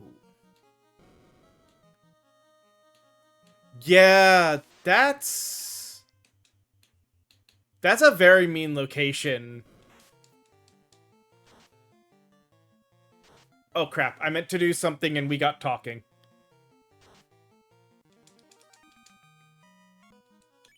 Hold on.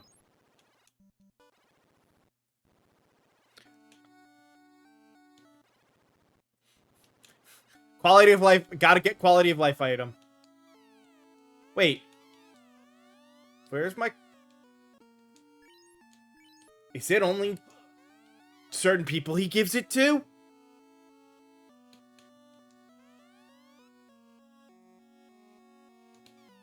No. Wait. I think I know. Yeah, that's right.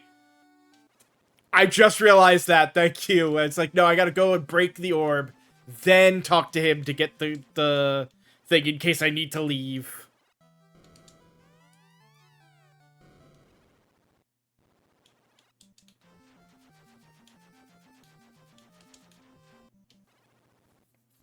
Which I forget how I found out about this. It was just one of those, I was doing a playthrough at one point, and I accidentally talked to him to get that. It does just give you the one, right? Yeah.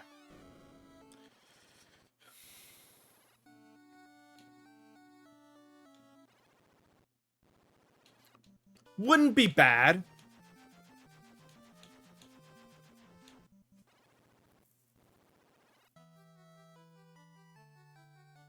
In which case, let me...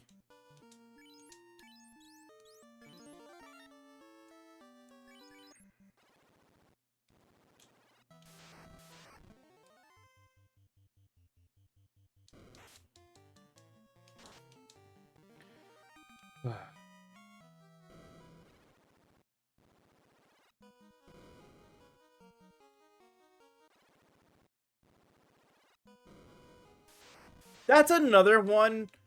I will say I like how the Pixel Remaster handled it.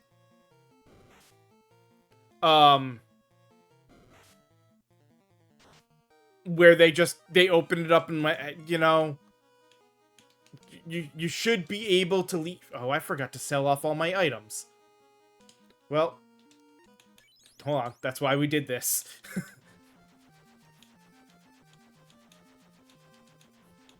Just getting ahead of myself and forgetting a bunch of things. Let me just make sure. Let's see.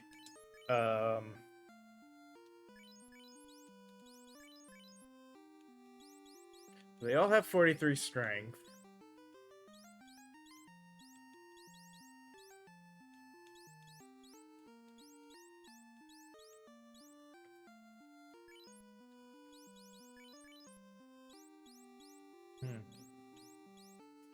Titus is my smartest one.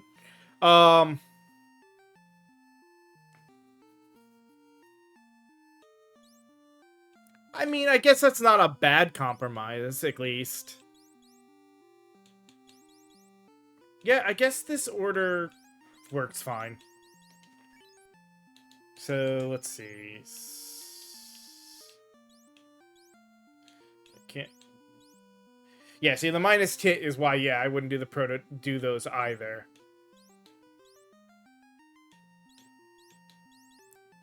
So yeah, we leave that. We leave defense.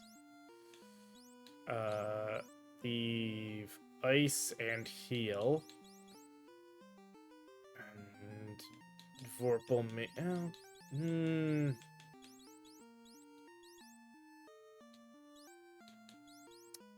Yeah, I guess over most of them outside of Flame, I'd rather have Vorpal, and even that, I'd rather have Vorpal.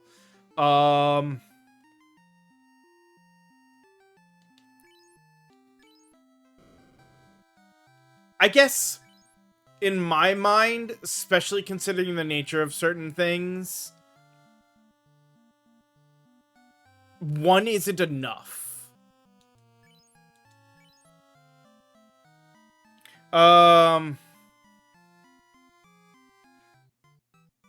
Yeah.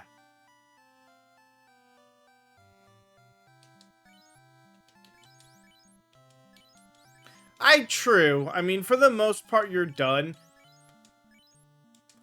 Like, that honestly, oh yeah, that was an amazing, like, that was a perfectly placed joke.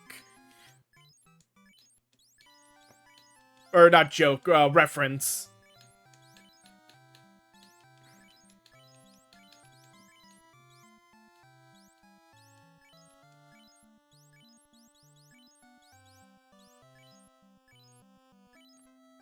Alright, and armor. It's the easiest way to check. 74 and 12. Okay, yeah, armor should basically be...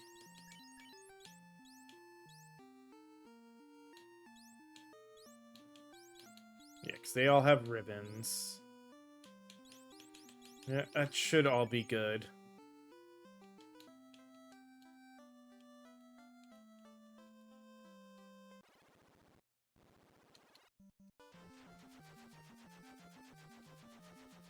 But, like, you could tell, even in the original game, there was a level of...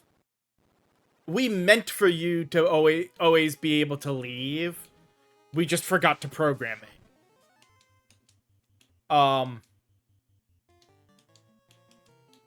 And that's seen by the sheer fact that,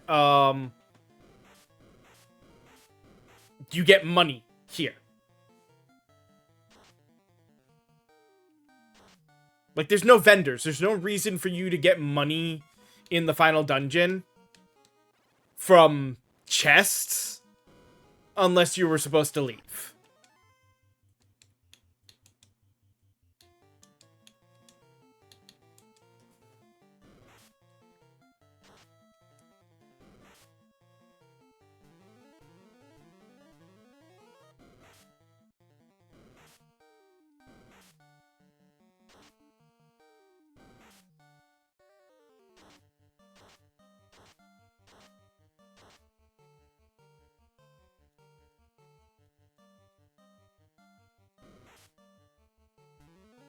Like, that's the kind of thing that in design, when you're doing stuff, just... It's a feel bad, and you try to avoid those when doing game design.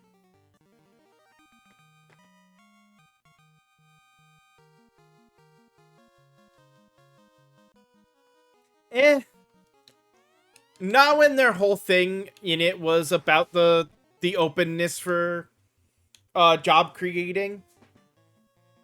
And the fact that you, even having a white mage, you weren't always going to get exit as a spell. Or a black mage with teleport. Like, most of the time, you would expect that they would have one of those. Red mage can't learn either. Nor can red wizard. And, because exit shows up where it does as a as the advanced class spell, but you get to it when you're a white mage, and all three others are available. You might decide I don't want to wait and grab the others, and then never go back to forget a spell and learn that.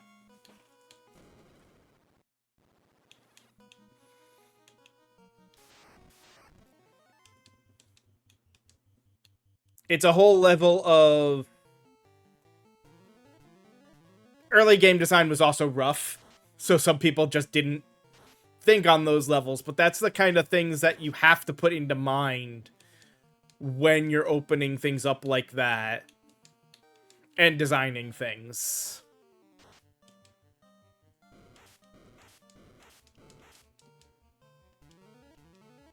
But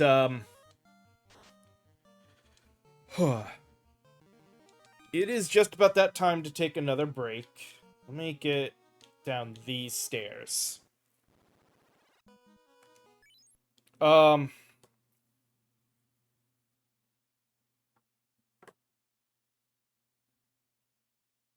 that doesn't surprise me. Um Give me a few minutes. This one might actually be a little bit longer because I can feel a need to. That means I might take a few extra minutes. But I'll be back in just a few moments. Got to run those ads, those quick. So see you guys in a little bit.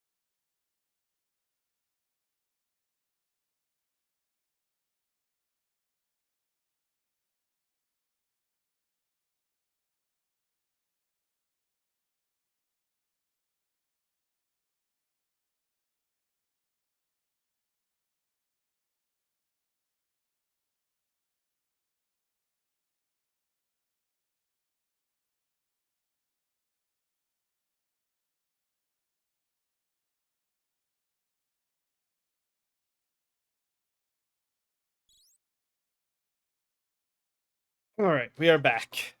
Sorry about the slightly longer break there. Sometimes it happens though, and you have to step away for a bit. All right, let's get back to this. And see, actually, we might be beating it here in this hour, depending on how lucky we are with the boss fights. Uh.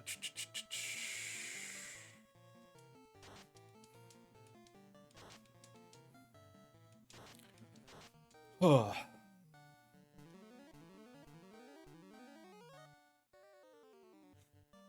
All right. I'm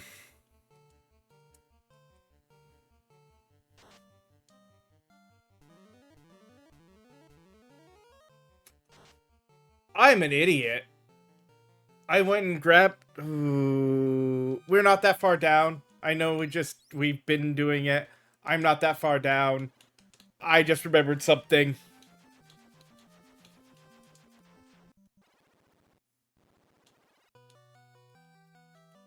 Here. Oh. What are you talking about? Oh, because I didn't save before. I gotta sell all the freaking weapons first.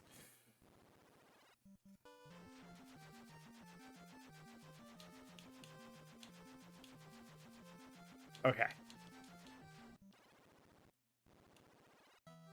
Nope, we broke that. We have the warp stone.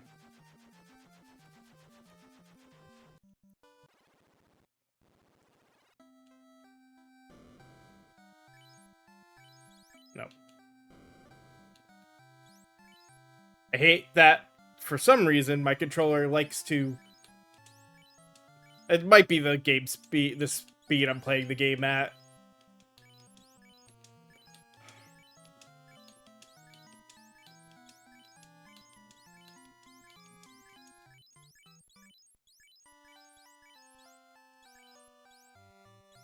No. Sell the katana and Tempest.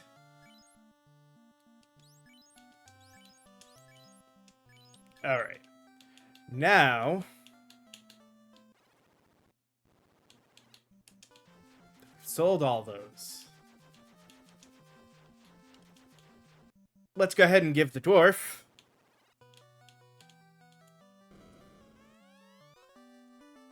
that. All right.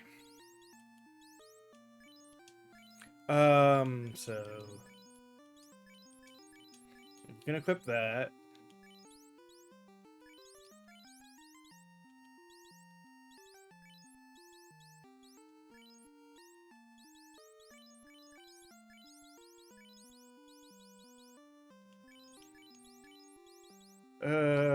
We'll leave that there for now.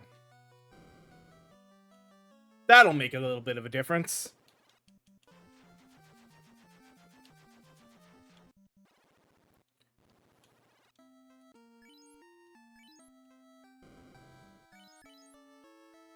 Oh.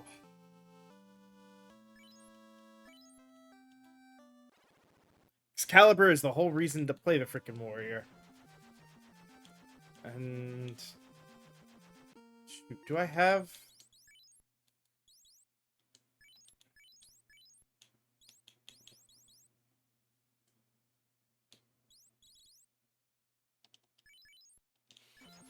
Just in case I don't have the achievement yet, I know about the thing, but I had to change my computer out, so I don't.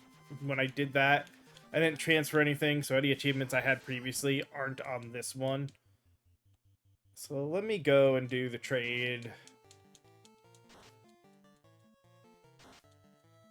Since you can always trade back.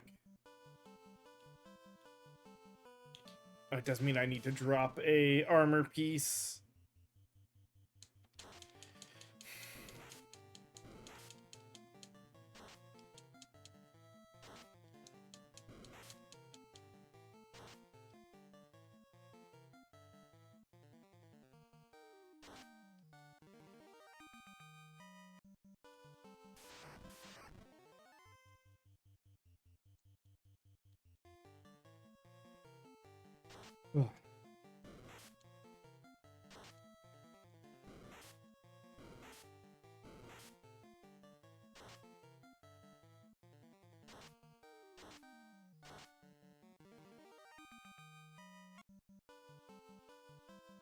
All right.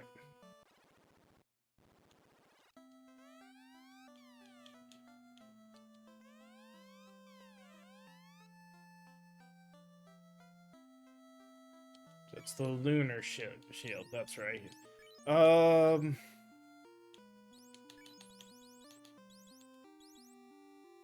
we'll drop the pro cape since it's not worth it.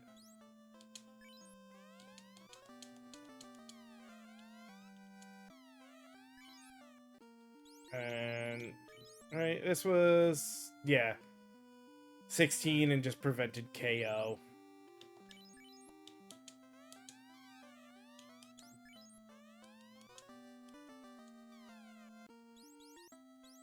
But now that means if I didn't have it before, yep, there it is.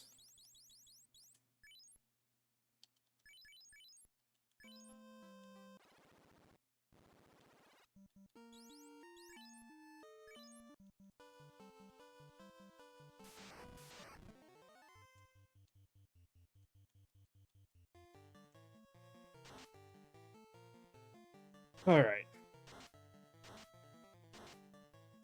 I don't know. Early game design is...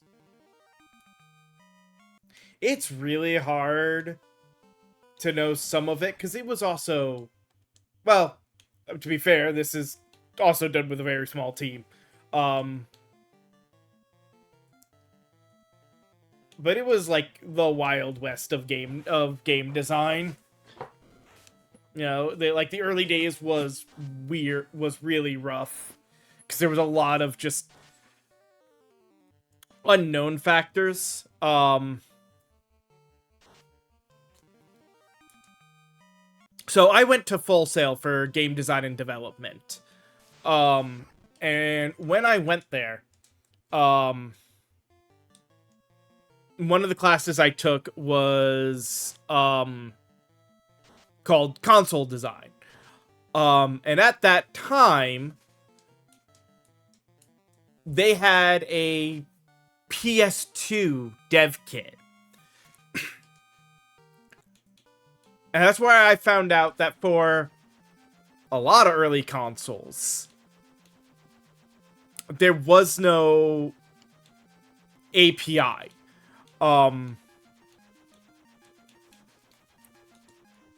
You know, the language was still basically C++.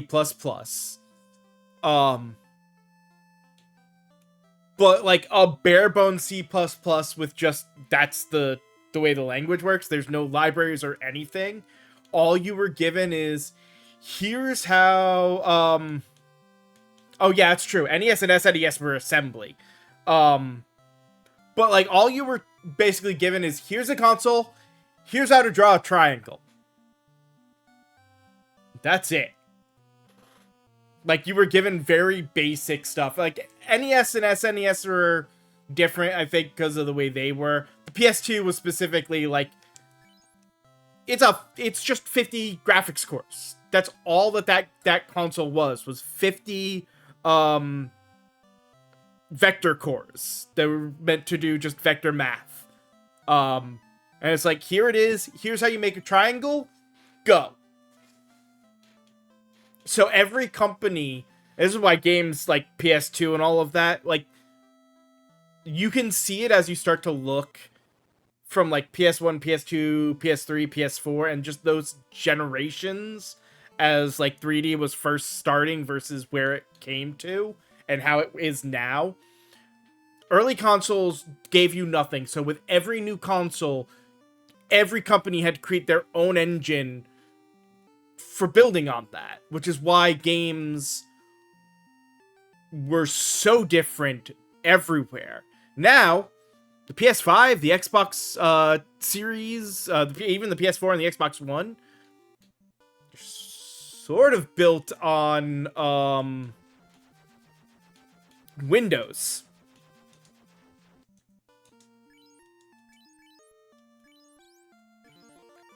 So there's not a lot of work to make games look good. I mean, you can use Unreal and Unity to build console games.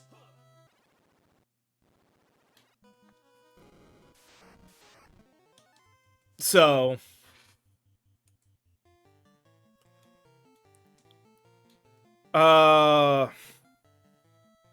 yeah, mostly Unreal Engine. Unity is, I mean, it's still used. But Unreal is basically, yeah, if you want to do anything, learn Unreal. That's more than likely what most game companies are going to program under. When I went to Full Sail, what we learned, actually, the rendering engine we got was, Criterion, was the renderware from, which was part of Criterion, I believe.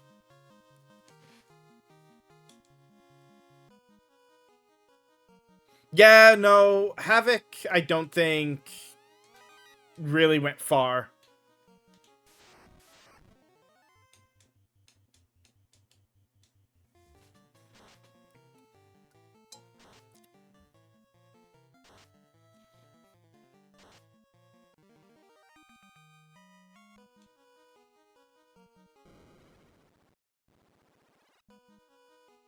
But yeah, we actually had to do, so in that console, or in the time with like the console development class and everything, we had to do our own memory system. Like, we actually had to build a setup to be like, okay, you would call this to create a variable and assign it its spot in memory, and you would also call this to then free up that memory when you did saying you had to, if you didn't create, if with console games, if you didn't do a lot of that stuff, probably with Havoc, they probably just stopped modernizing it because people weren't using it. Honestly, I don't know much about Havoc myself, so chances are, yeah, it just hit a point where they were like, nobody's using this. It's not worth it. Modern systems don't, we're not going to try to keep updating for modern systems to support this. It's more effort than it's worth for us to do. And probably people weren't buying it, so it was just a waste of money. Ah, yes, the Phantom.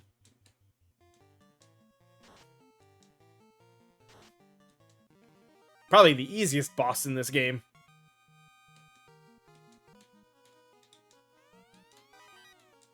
Money.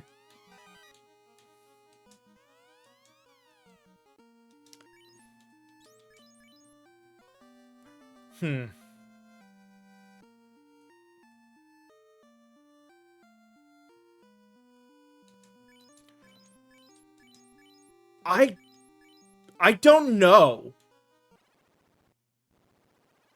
Because I know he hits for like 500 right now. Yeah,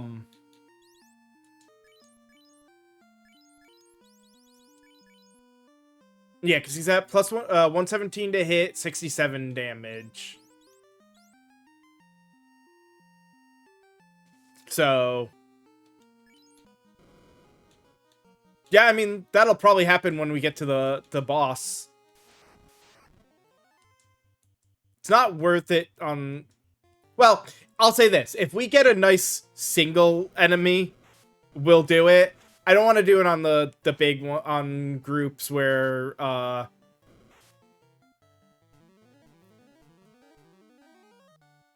there's simpler ways to get it. Yeah, like, that's... So...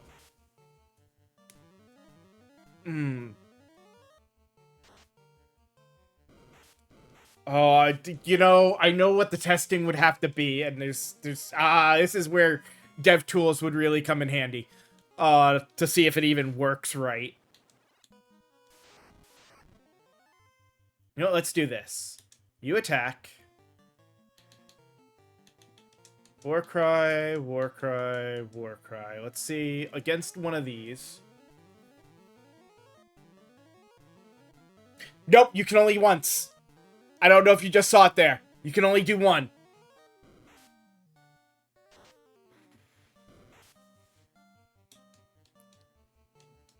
It doesn't matter after the first one. It says ineffective after the first one. You can only benefit from it once.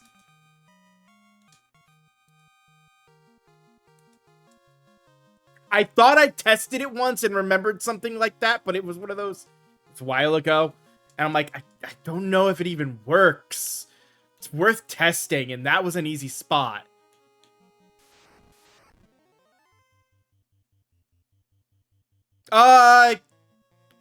No, you wouldn't. Because Warcry is always at the beginning, and they don't lose it until afterwards. You have to cycle them you have to have them use it every other turn to keep the benefit from it, because it always happens at the beginning.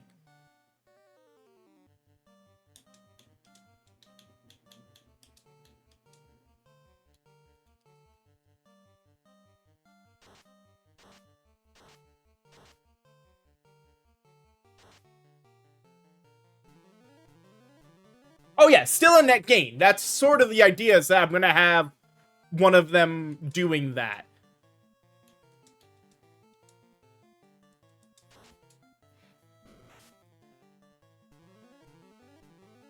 Yeah. It literally becomes one of those moments where it's just like, one turn, Warcry, next turn, use an item or something.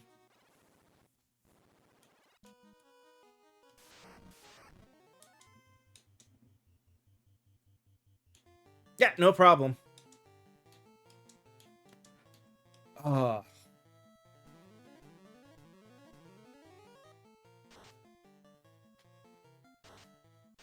kind of glad that it doesn't stack like that, because that could have gotten really busted real quick.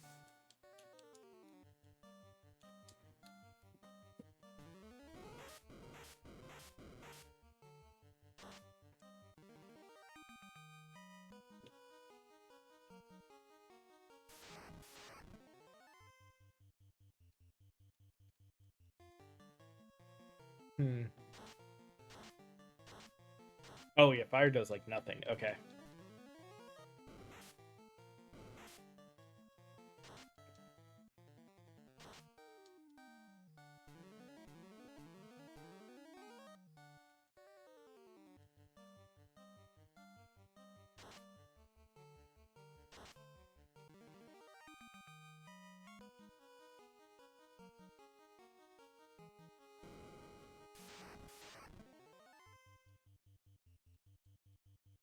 There was no chest in here, was there? I know by the end of this month I will know most of this loot like the back of my hand. The benefit of doing something like this. 20 playthroughs will definitely help you learn certain things about a game.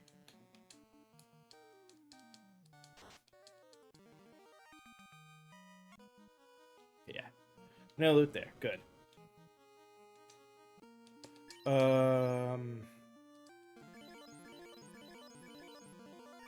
That should be good enough.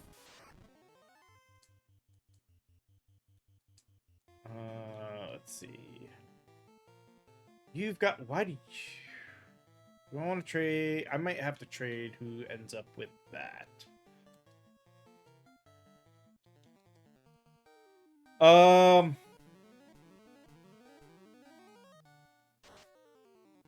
I'm sure. As we just one-shot the Lich. I mean, not that he's that hard a boss, but still.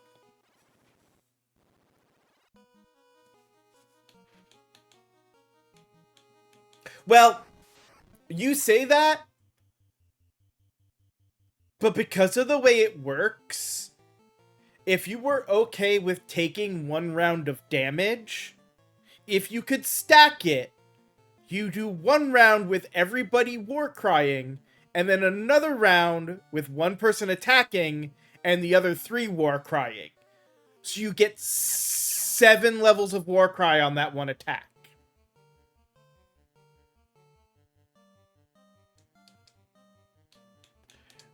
And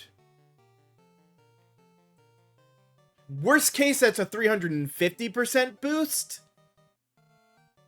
Max case, 150 goes to 225. Yeah, that's a. I don't even want to figure out the math of the 7th power of that. I know it would be a lot.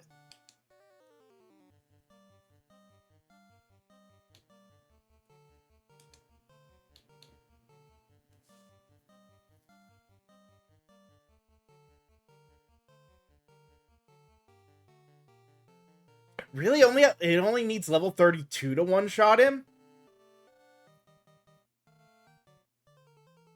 Well, see, I'm thinking with that level of boost, it's not just one-shotting Chaos.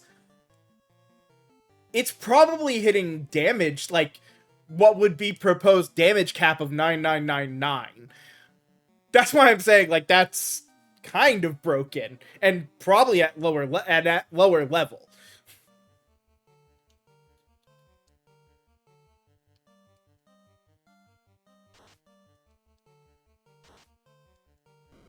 Because most of the damage right now is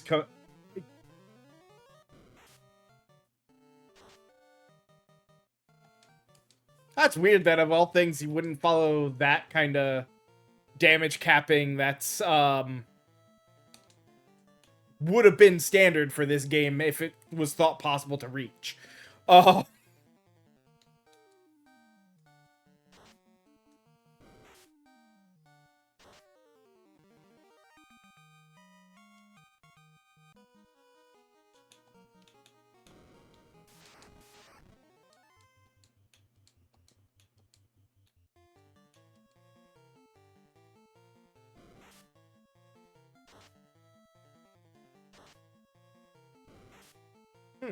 Interesting. See, yeah, that's the other thing. I don't know enough of what all the side quests are. Because, like, as it sits right now, Warrior seems to be or the Warrior Paladin thing outside of the level up quest, it's like, here, you get level up and the ability to change Excalibur into a okay shield. I don't know what else, if Warrior has anyone else to, like, talk to gain anything. I think there's something, but I honestly don't remember.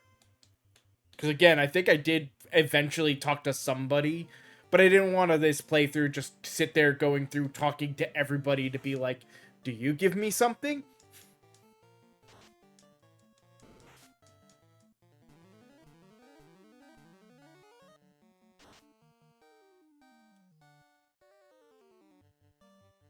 That's what I thought. Yeah. No, the warrior paladin doesn't need to be anything extra, really.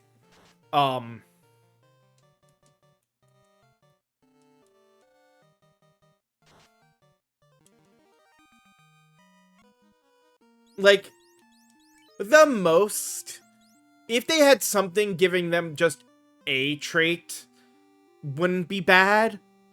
But even then, I don't know. Oh, I forgot to give him... Okay, I guess he gets his Pro Cape back. I completely forgot to go buy a shield for him, didn't I?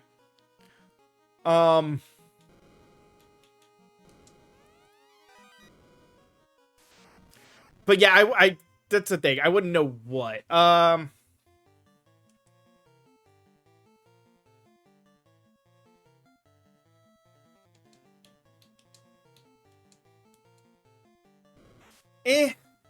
but like even said, it's like there's a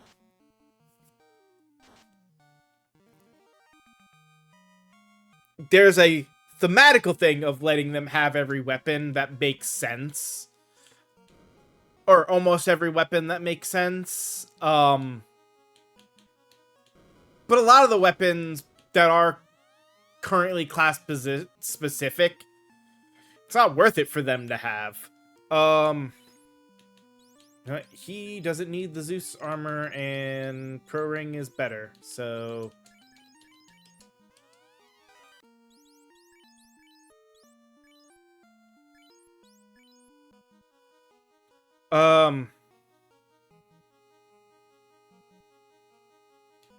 That would be funny.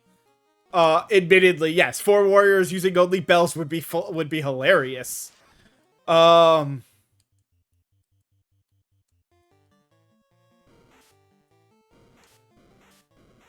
even then, I don't know.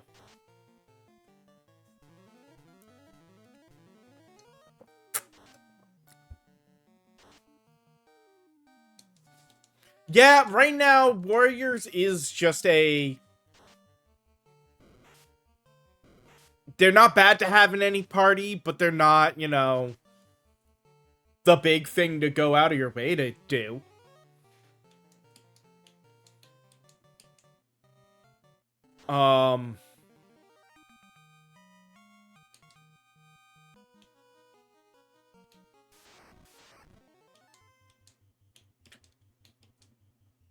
Well, I don't know about that. Like, Red Mage isn't bad either.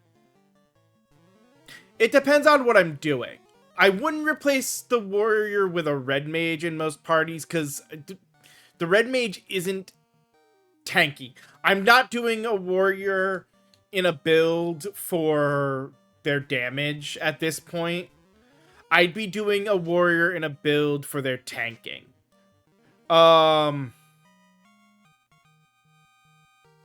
Yeah, exactly.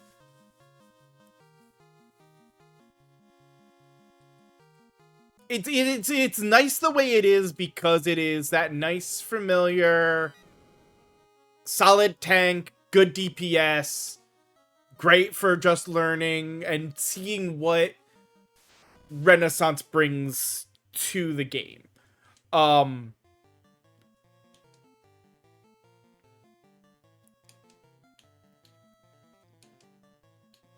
The only thing I can think of, actually, now that I'm thinking about it, the one trait I would give them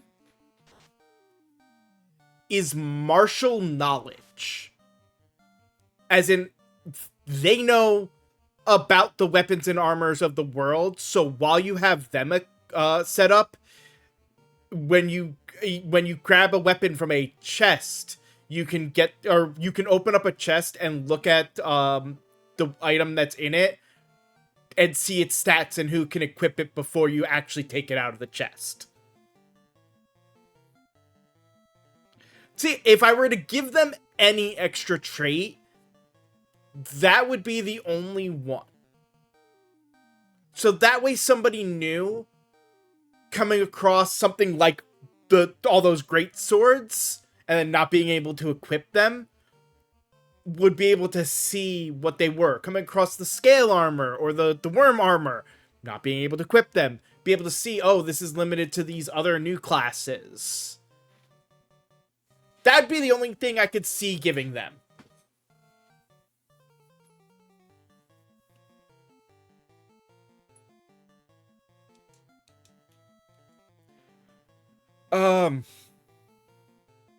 Yeah, that's the only thing I can think of. Like, if I were going to tie anything to the warrior, it's that. Because, yeah, anybody who's played Final Fantasy and is just getting into Renaissance, they're going to do one of two things. They're either going to pick 4 brand new classes and go just like, let me see what this crap is, or they're going to play their reliable team, which is usually a warrior, either a black belt or a red mage, and then a white mage and a black mage.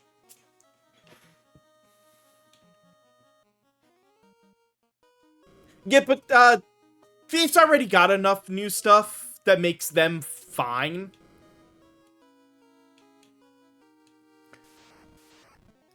Well, didn't need to do anything. In fact, we're actually good here. You have the better weapon. Have you fight?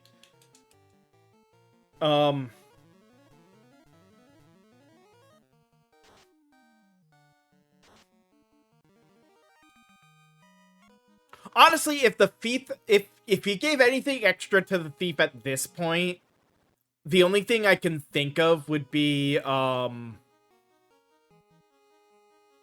yeah, I wouldn't want, the overlap between jobs makes sense. You don't want to have too much overlap anyway. Now the only other thing I can think of to give Thief, Thief has enough, but if I was going to give it anything else, it would be be the ability like trait like extra pocket. Just let them carry one more item, be it weapon or armor, because that's a thief thing. They just have like that thing of, ooh, this is interesting, nobody needs it, and I can sell it for money. Let me just grab this and throw it in here. That's the only thing I can think of, but that would compromise, like, that compromises the inventory management a bit. Not too badly, but it would be an extra little thing that probably would be more than you want to play around with.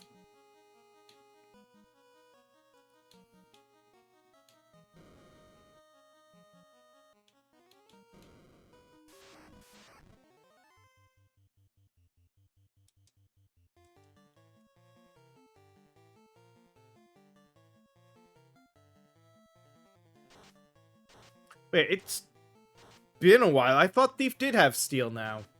Maybe I'm misthinking.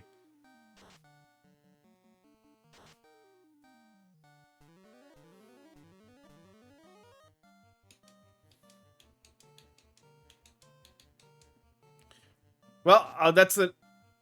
Yeah, I was gonna say, he had, like... Oh, that's right, no, he just grabs Gil.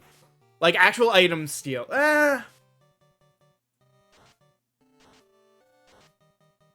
Yeah, that would put a bit... Like... I guess, look at it this way. It would require a new, like, item table, but that item table would probably mostly just be potions, ethers, or potions and stuff like that.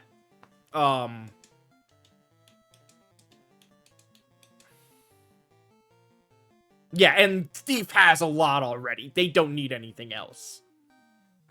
The only reason I'm, like, thinking of, like, the one thing tied to Warrior being interesting is because Warrior's got nothing. They're a tank at this point. Even DPS side is not huge for them anymore. There are things that will outdo them on the DPS. Especially because, as things have stated, the crit bug has been fixed from the original version, so Thief on their own just out damages Fighter now.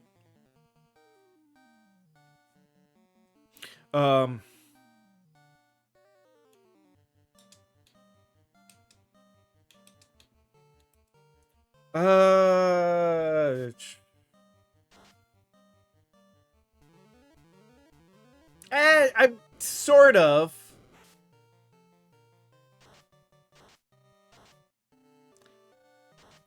And yeah, Thief does already have... Like, I feel like he took Thief more along the idea of Locke in this. He's not a thief. Everyone calls him a thief, but he's a treasure hunter.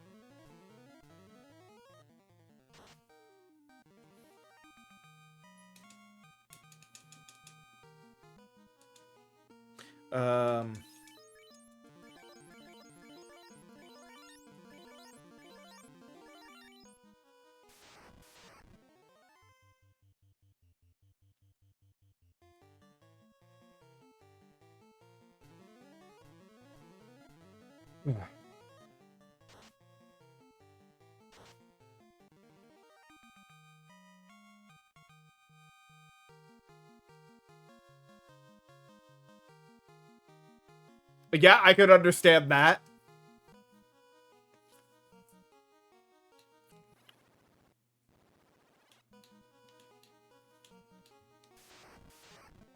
It really does kind of put the machinist as the best way to play him is with a bunch of other classes so over many playthroughs to figure out what combination you like best about with him.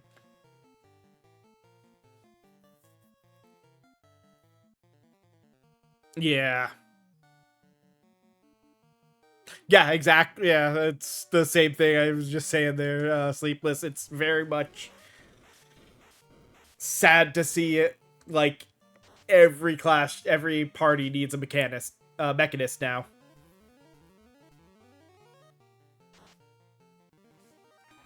Oh, it doesn't need it, but it is a class that fits into every build.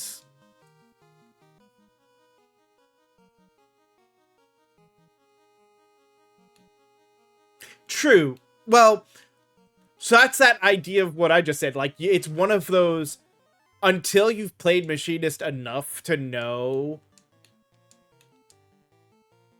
it's in and out, how it sets up. Yeah, they're gonna be good in every party, but the best classes to pair with it, you won't know until you've done several playthroughs with it. Which is not bad, but... And this being a free project is the only thing that lets you get away with it. It's the kind of thing that would kill some games if it was added in. And that's the kind of thing that a lot of players see as forced replayability, which tends to not go over well. Yeah, it's replayability, but it's forced replayability. And people tend not to like forced replayability. Yeah, we'll give it to him. And then...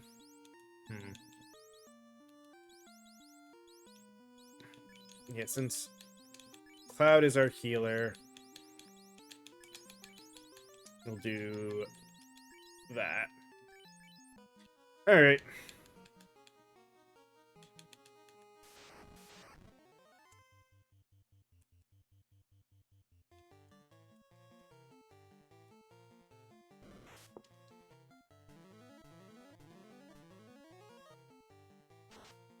Well, we're definitely coming close to the end game, so I'm gonna be finishing this one today. I'll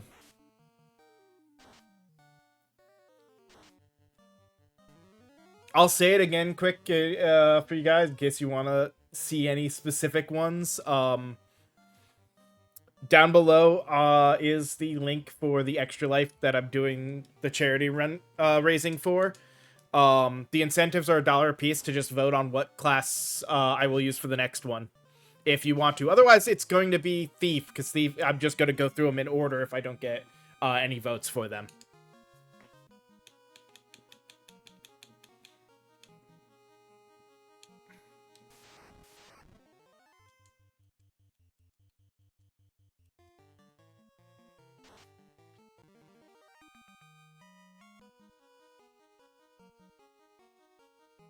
Because we are definitely hitting the end.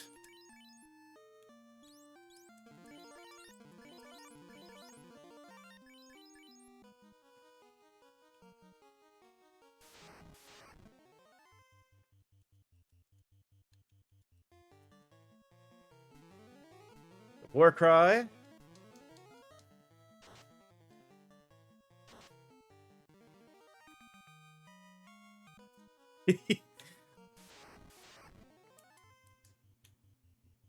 That's great. Help them take these guys out. Heal next round.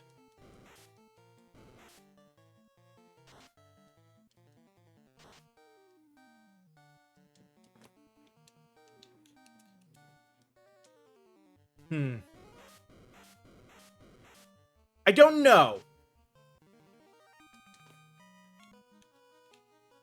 I'm betting turn 2.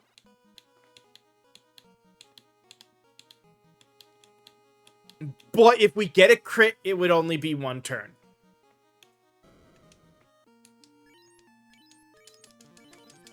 But just in case, that's why we buy all the heals. Heal everybody up.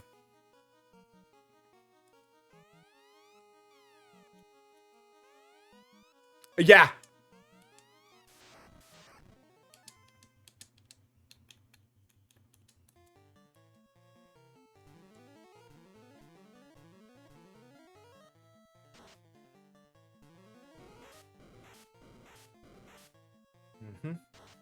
That was not a crit and like no damage.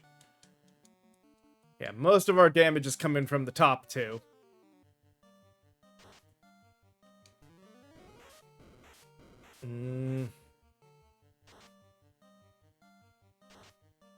There was 1,000 damage crit from from Steiner there.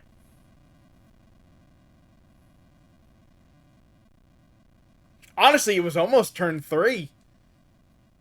I think if Steiner hadn't crit, it might have been an extra turn. It's hard to tell. I know he doesn't have a lot of health, but that's that team done.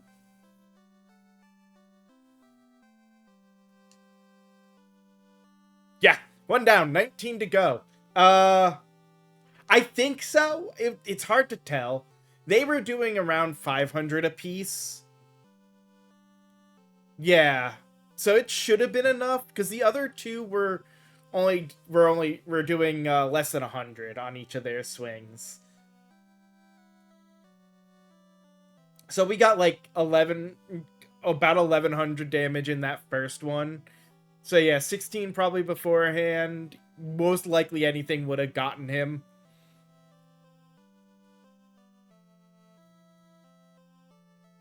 And yeah, Steiner did 1,000 damage with a crit. If Squall had also done a crit, getting close to that or over that to that like 900 range, it would have probably been 1 round.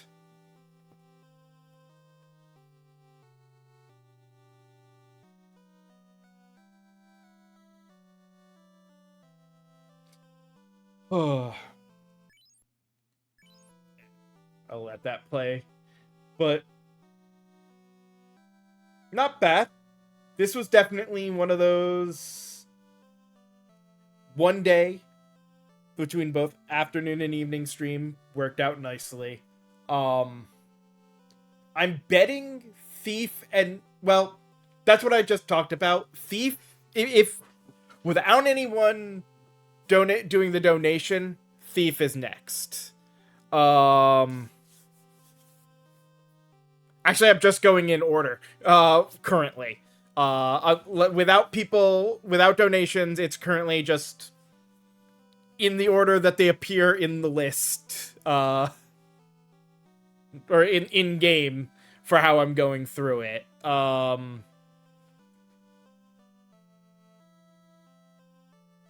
So yeah, next would be Thief, which I think Thief will also be a 1 day. Outside of, I don't remember. Same idea. I want to find everything, and I don't remember where all of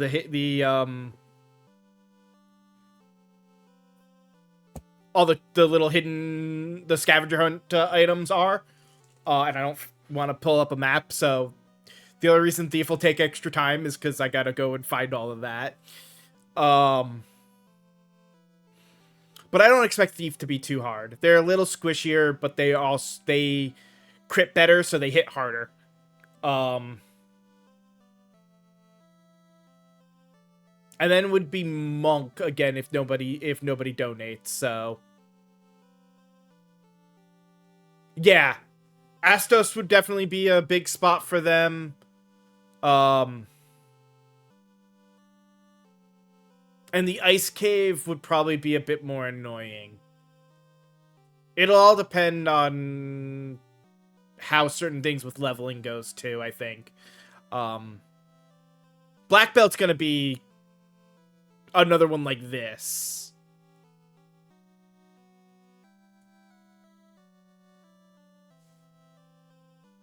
Yeah, I was gonna say ice is always awful though. Everyone has problem. Every class is gonna have problem with ice.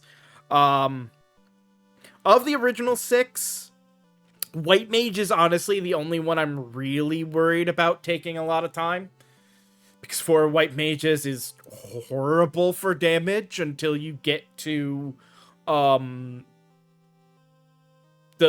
trial and you start to get the items that let you cast spells.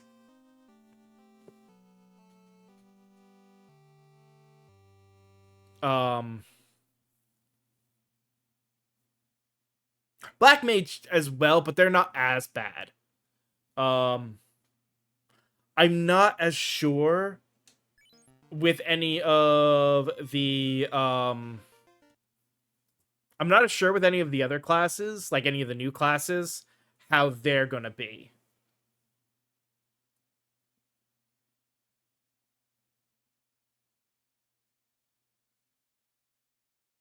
Cause I've only played a few of them. I haven't played all of them, and even if I had, there's definitely stuff I wouldn't remember at this point. Yeah, because next is if I continue in order without any donations, we're looking at Thief, Monk, Red Mage, White Mage, Black Mage. Blue Mage might be annoying. They're kind of another Red Mage, but because their magic requires finding and taking damage, though most, if I remember correctly, Blue Mage, most of their finds were people in towns. Like I think every level had like one random monster and one monster in a town. So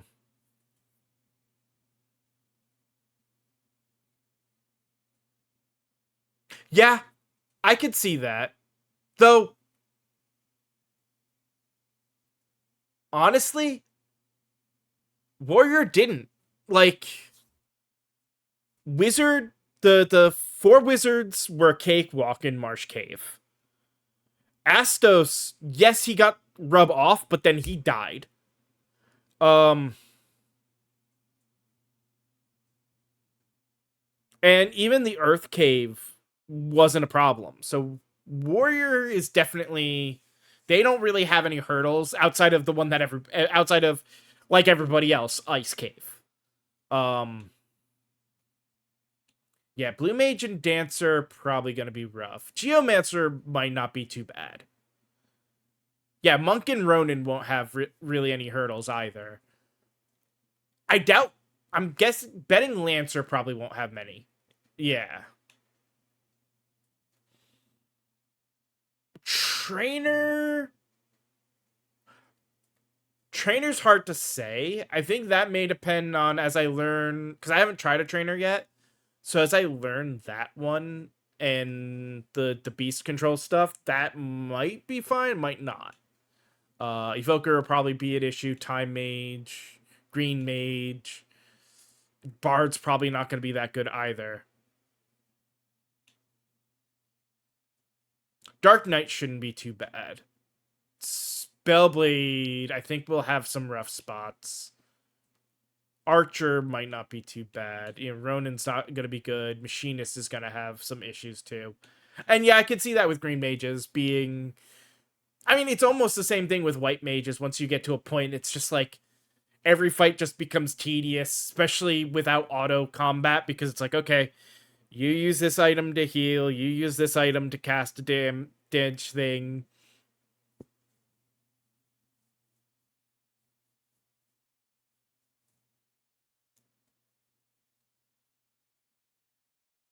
Oh yeah, that's why like Trainer will be interesting to see. But yeah, we'll be back with this tomorrow. So I do afternoons. Well, I'm in East Coast for of the US. So every afternoon 12:30 to 5:30 is going to be a stream, and most evenings. Thursdays I have prior engagements, so that's the only day at night I'm not going to be doing this each week. But the plan is to do at least every afternoon and evening.